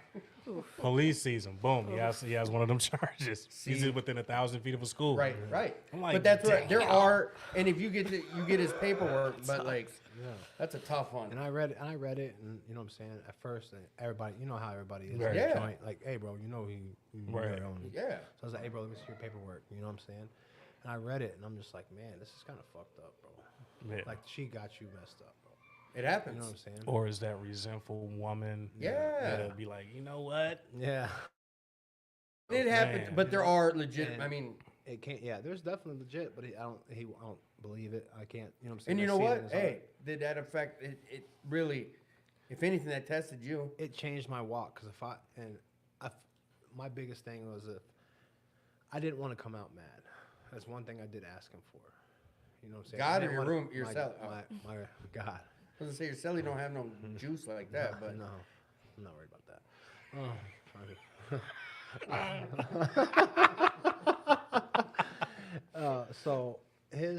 So I didn't want to be mad at God when I came home, right? I have a plan. You know what I'm saying? I have last three letters of my uncle was make sure you have a plan. I made a plan. You know what I'm saying? And God helped me stick to it, right? And that's what my faith looks like today. Walking with him every day, going to church, going to meetings, talking, spreading his word. that's what I was gonna ask you. What does your faith walk look like today? Like Church. I go to Serenity Village on Tuesdays here and there, but I usually do the morning service. I was doing Eagle Brook for a little bit, but like that's my faith walk today. What do you do for your? My faith walk is Sundays. I go to church. Sunday mornings, I'm always there with Tim. I go to TNC. I usually do Bible studies at least once a month. I don't really make them like that. You know what I'm saying? I dig in my Bible every now, like probably 2 or 3 times a week when I have time. So Right. I'm always at meetings or on the bus or, you know what I'm saying? And now I'm doing Twin Cities Rise. I'm just applied for school.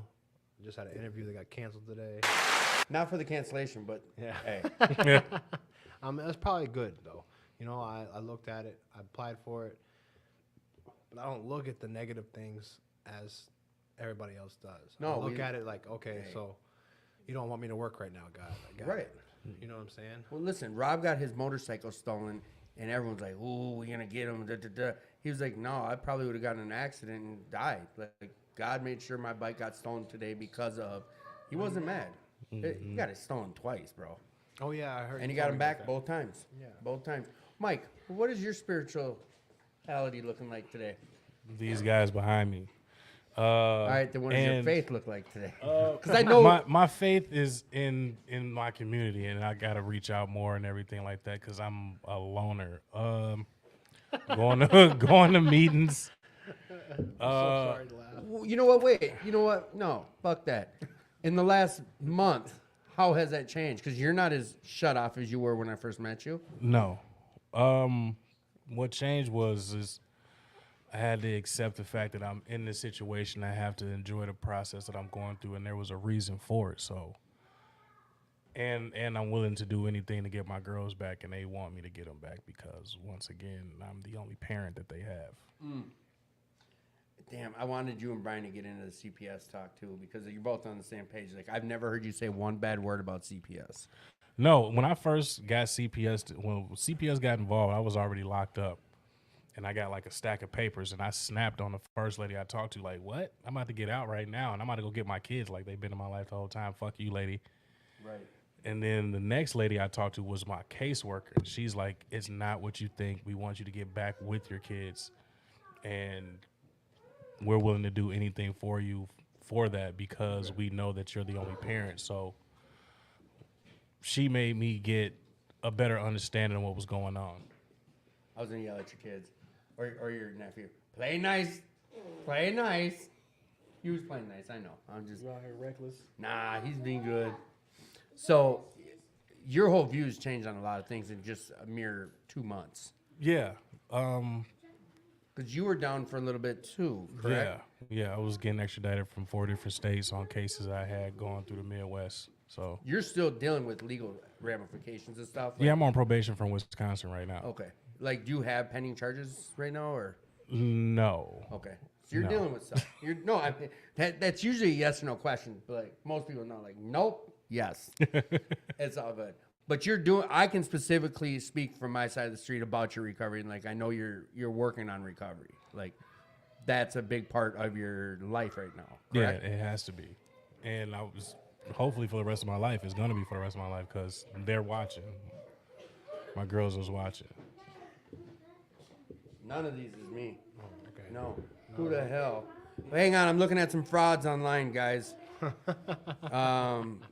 know what? Send me the screenshot of that, though. Serious, because I want to find them and become friends with them and share the show with them. Those are just groups.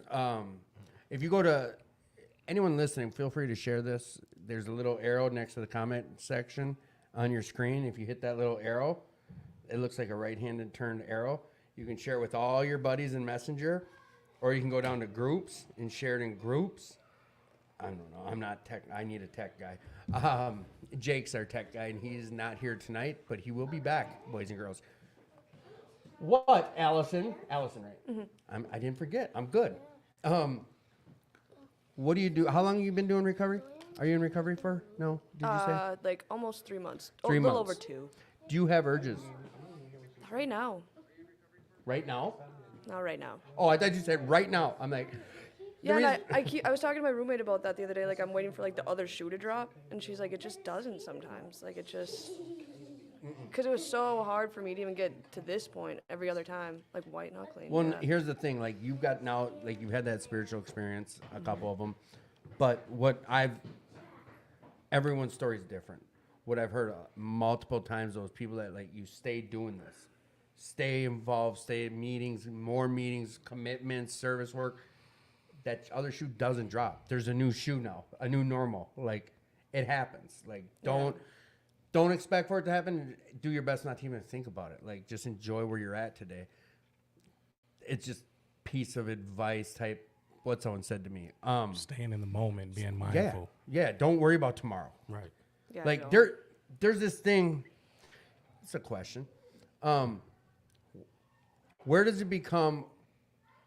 Like, there's goals. Okay, we got to set goals for the future, and we got to be responsible. Bills and like upcoming stuff. Where does that go from being responsible to being worrying?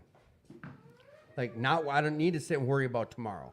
Tomorrow's not promised and but where do we go from being responsible and planning ahead versus worrying about shit you have no control over?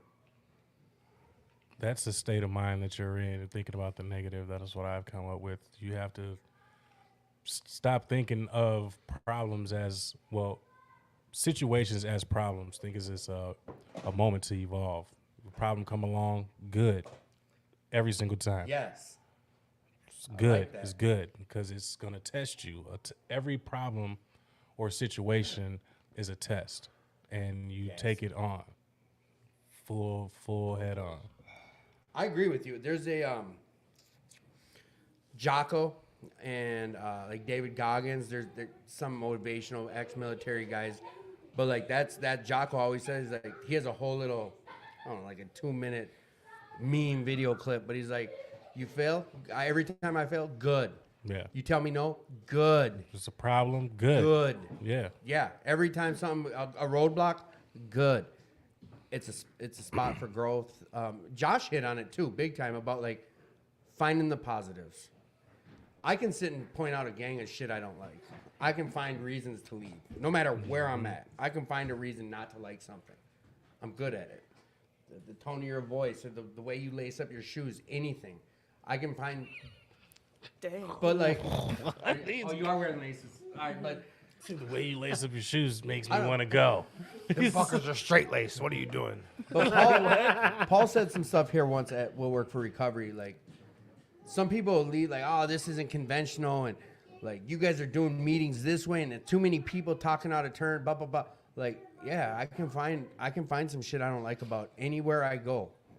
The second I turn that my thought process to reasons to stay, similarities, good versus bad type shit, it does make a difference. The other shoe doesn't have to drop. Like, it can stay good. That's the thing about this life of recovery. I'm going on 7 years, and it's still good. And shit, I buried my brother at 9 months. Like, bad shit has happened. I've been to so many funerals and bad accidents. Like, life still shows up, but I'm not over here down about it. Like, I'm grateful for the life we have today. What do you do when you have using thoughts pop up? Let the thought filter through, recognize it and let it flow. Talk to people that I'm close to and I trust. Not focus on it. Like, without avoiding it, like, not play out that whole, play out the tape of like what could happen if I do this, but it's not even getting to like that. I don't know. We love you, Raymond. All right, Ray. So let it go. Pause. Give it some time. Yeah. Not dwell on it and spit it out over it. What do you tell someone? Is that what you tell someone who comes to you like, hey, I'm struggling? I don't even know what to say to people because it's such a different time for me. Like, it's not how it used to be for me. Like, a dude offered me drugs on the bus ride over here. You know what I mean? And like Really? before I'd be like sweating. You know, I'd be thinking about ditching the meeting and going and getting high. You know what I mean? Free drugs. Shoot. Man, the bus and the train is turning to New Jack City, man. That stuff is The crazy. last spot I shot dope was on the green line on my way to That's detox. crazy. Yeah, I'm not gonna ride the green line for like a good while. I was getting high on that. I haven't no. been on it since. No, yeah, I'm not. I still haven't. Seriously. I'm not going to St. Paul And even. it's not because of that. I just haven't had a reason. And the only reason I was on that green line was the dope man was in St. Paul. So like, whatever. It's whatever. So you've got goals, you got plans moving ahead, and you said you do have a sponsor. Yep. Are you guys working steps yet? I got reconnected with her tonight. So what does that look like for you guys? Like, when you get back into it, what is it usually like? Before I was getting high like a week after I got her for a sponsor, so I didn't do anything. You guys haven't? No, she's gonna give me some book work after this meeting on Monday. You guys gonna do Alcoholics Anonymous stuff or narcotics? Yeah. Okay. I mean, nothing against NA, but I like. No, hey, I like AA. listen. Anyone out there listening. I've been doing this show for 3+ years now. I've talked to hundreds of people. I used to say, like, you got to do it this way or it's not going to work. I've had guys come on here and be like, if you don't work the steps of Alcoholics Anonymous, you're never going to succeed. And these are guys that are 20+ years. Whatever works for you. I've heard Buddhism, transcendental meditation, church, AA, NA, CMA, whatever works for you, get after it. I was a heroin junkie, an IV heroin junkie, a gutter junkie. Same. Alcoholics Anonymous works for me. I go to, we started a meeting. Matter of fact, tomorrow morning, 10 a.m., Ikatomi Tattoos. It's called Scars and Tattoos NA. Come on down, check it out. 10 a.m. tomorrow morning. It's a dope-ass meeting. Come down there. You can do some artwork while the meeting's going on. Get a tattoo after the meeting. Not for free, but Donnie is one of our members of the meeting, and he's a great artist. But, like, I do some NA stuff, but I work the steps of Alcoholics Anonymous. Like, That's what worked for me. Whatever works for you, this is anyone on the sound of my voice. Like, whatever works for you, just do it. Just go do something. Like, the life we're living, it's not what we were trying to do. All right, we're going to try to make this happen and go through some of these comments real quick. Will you keep your eye on this mic above my head, over here where that mute button is? Tell me if it pops off. All right. All right. Shit. Okay, not that many. Jalissa, we talked about that. Richard, thanks for checking in. Jalissa. Jake, that's Jake who usually hosting the show right here. If you want to get high or drunk, you do whatever is necessary to get it. It was in reference to whatever we were talking about at the time.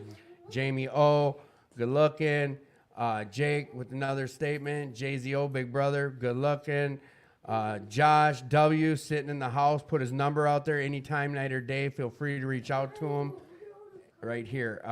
I will look you in the eyes and put God into them. Dang. Nice. Nice. There we go. So I think we're still, let's just hear, I want to hear this real quick. We're going to probably wrap up here pretty quick, and I probably just muted us by hitting that. Nope. All right. We're dealing with some technical stuff. All right, now we're going to take a hard left turn. And I am going to ask you. All right. Are we alone in the universe?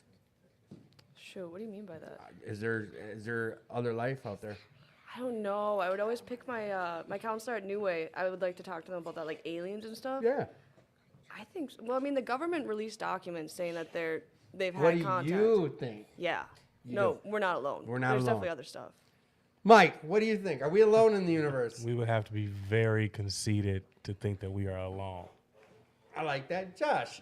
I don't think we're alone, but I have a different belief. I don't think it's aliens. It's just I a think different I think it's a version or spirit- I more think it's powerful. I think it's a spiritual warfare, Ooh. most definitely. Yeah. And I believe in that stuff. I don't know. Come on, kid. I'm deep into that. I got pretty dark when I was using, so Oh, getting spun out and in psychosis, you could really that's the get reason I stayed up.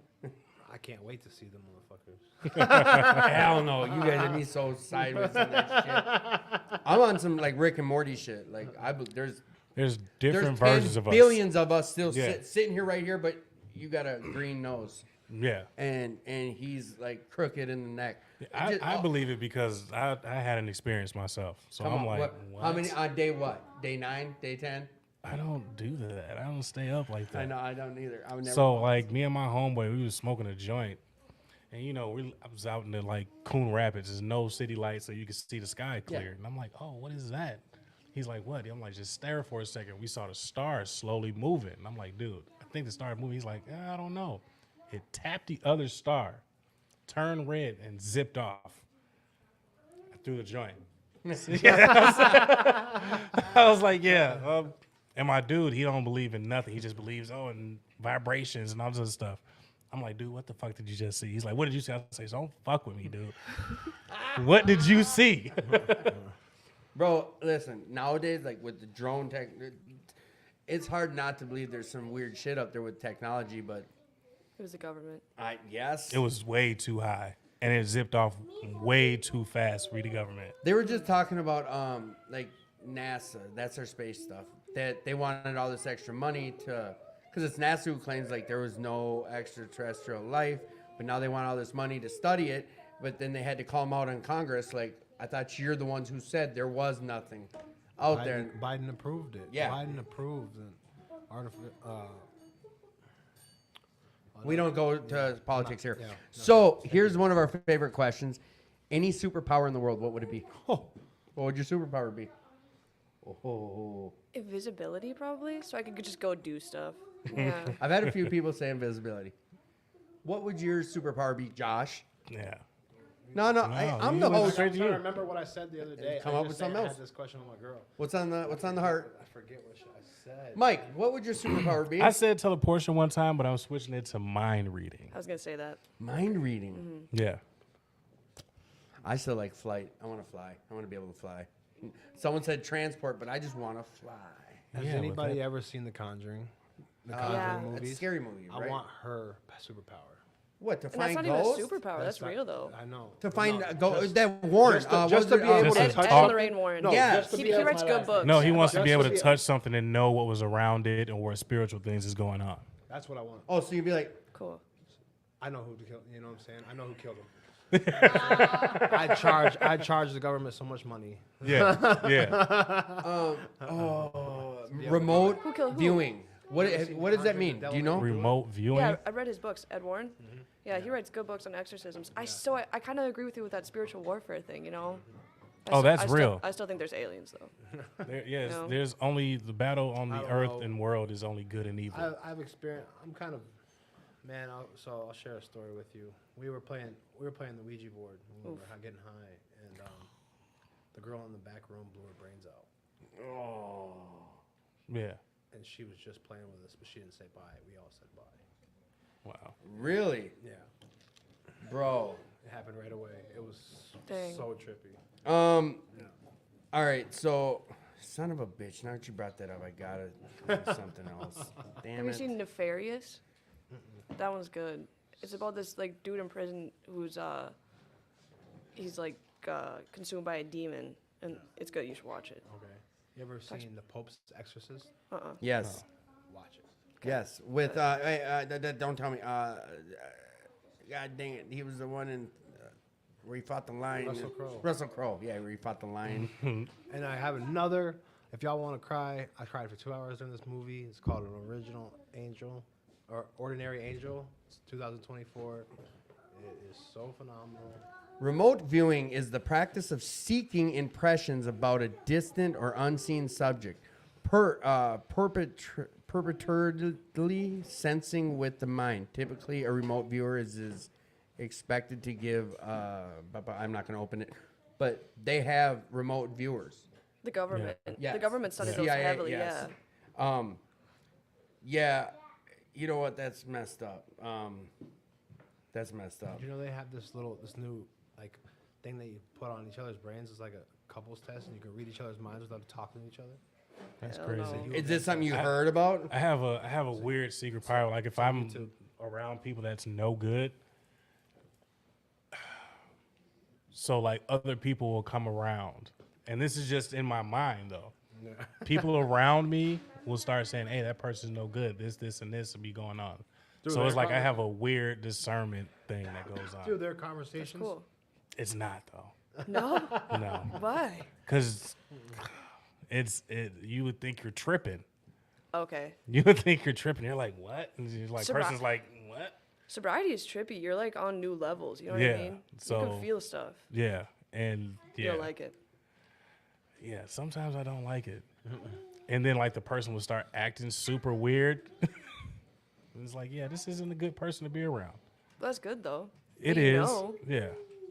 Can It you is. sense good people too then? Just bad.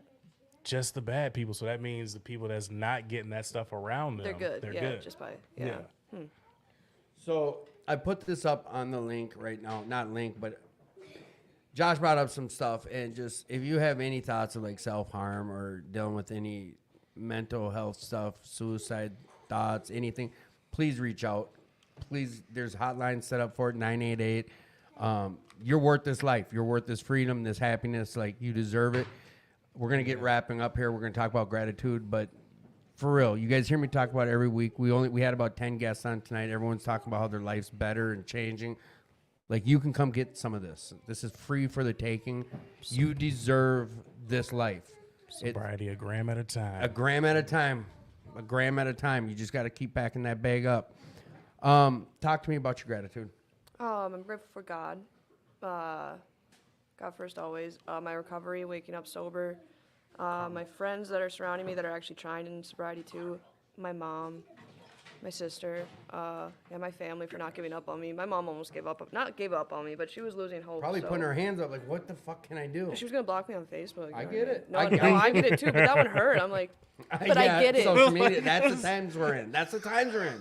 yeah, I feel so bad for the ones that love, the ones we hurt the most are the ones who loved us the most. yeah, Because they care. yeah. Like, you're lucky to have your mom. I know. I am. I'm Because thankful. I know there's tons of us out here who don't have moms. No, and I put her through hell. That's what we do. Hell. So I just want to show her my sobriety rather than say it. It's called a living amends. I didn't know what that meant, and I'm going to explain it. Stay clean and sober. That's the best payback you can give someone who cares about you. Yeah. Real talk. I'm doing it. That a girl. Will you come back on this podcast? Hell yeah. Thank dope. you. Michael, Todd, Yeah. you don't got to leave. You're going to hang out with us for a sec. Okay. Unless you got She really didn't gotta wanna go. hang You out. gotta No. go. You gotta, you can- No, I don't gotta go. I I'm don't just gotta being go. a jerk. Talk to us about your gratitude, son. Oh, my gratitude is I'm grateful for my kids. I'm grateful for me trying to look for my purpose and being me. I'm grateful for being the me and sober me. The sober you. The sober me. Yeah, I don't want to see you, the fucked up you. No. The messed up Mike. The messed up Mike. The messed up Mike. Young Josh, tell me about your gratitude, son. My gratitude would have to be to be able to have the opportunity in my life to have gratitude. Because some people Say that don't- again. Your gratitude. My You're grateful. gratitude is to have the opportunity to be a spot in my life to have gratitude. Because some of us aren't grateful for some of the things we had when we were using, and it's something truly meaningful to me. Because I look at gratitude as a strength. Okay, when you're grateful for things, you treat people different. You talk to people different. You look at things different. You It's know like what being I'm God saying? conscious. Yeah. When you're God, like you said it, when you're living in those 9 elements, Paul says it all the time. When I'm God conscious, life is better. Like, it doesn't mean you got to be super religious. It's just when I'm conscious of like doing better and being right and net to the next man. Next time you see my shirt all Burt Reynolds open, tell me. I thought that was a thing you was doing. Hell no. Because I you're just- white and you're sleeveless. I thought it was a thing. My bad. It's a whole vibe. Hell Yeah, no. I was like, Yeah. he's ahead, working Joe it. Dirt. I can still be white and sleeveless, but I don't got to be all. Papa. Just surprised you. Hamburger all I'm hanging surprised out. your areolas ain't cut off. You know what I'm saying? You're just big holes. Yeah. Just, All right. All I right, Regina appreciate all George. you guys checking in. Next week, there's a Cat Williams show that I'm committed to going to, so I won't be here with you guys. But Jake will be here. If he's not able to be here, I've got about a half dozen recordings of shows that no one's heard yet. Some exclusive type shit. So maybe we'll plan on putting those out next week. I don't know. It's just hard because we don't get to interact. So Candy, you're late. Candy. No, and Coop, thank you. You and your girl. Thank you guys for coming on. He posted thanks for having him on. And we're looking forward to you guys coming back. But that message I put up, I'm serious about it. If you're struggling tonight, please reach out. Like, I meant what I said earlier. We're sick of putting people's faces on T-shirts, and we're sick of like burying people, and it's doesn't have to happen. So reach out. Come down here, 2520 North 2nd Street. Come on in, check out this place. We are trying to work our way towards getting a new facility. They're doing a fundraiser for it. I know money's starting to come in, but if you're able to give, come give. If not, just come show up. What else? I was gonna say something else. Whatever. We talked about a lot of places tonight. Josh brought up a few different places he gets his recovery. We brought up New Hope, Alano, Serenity Village, 2218. Tons of different places. Like, we're not greedy about recovery. We understand that this isn't the only place in town. So whatever you can find for your recovery, go get it. Doesn't have to be here. Just go somewhere, go do something. Get your recovery on. You deserve this life, so get it. Other than that, if no one's told you today, check it out. I love you. You're loved, you're worthy, you're worth this life. Till next time.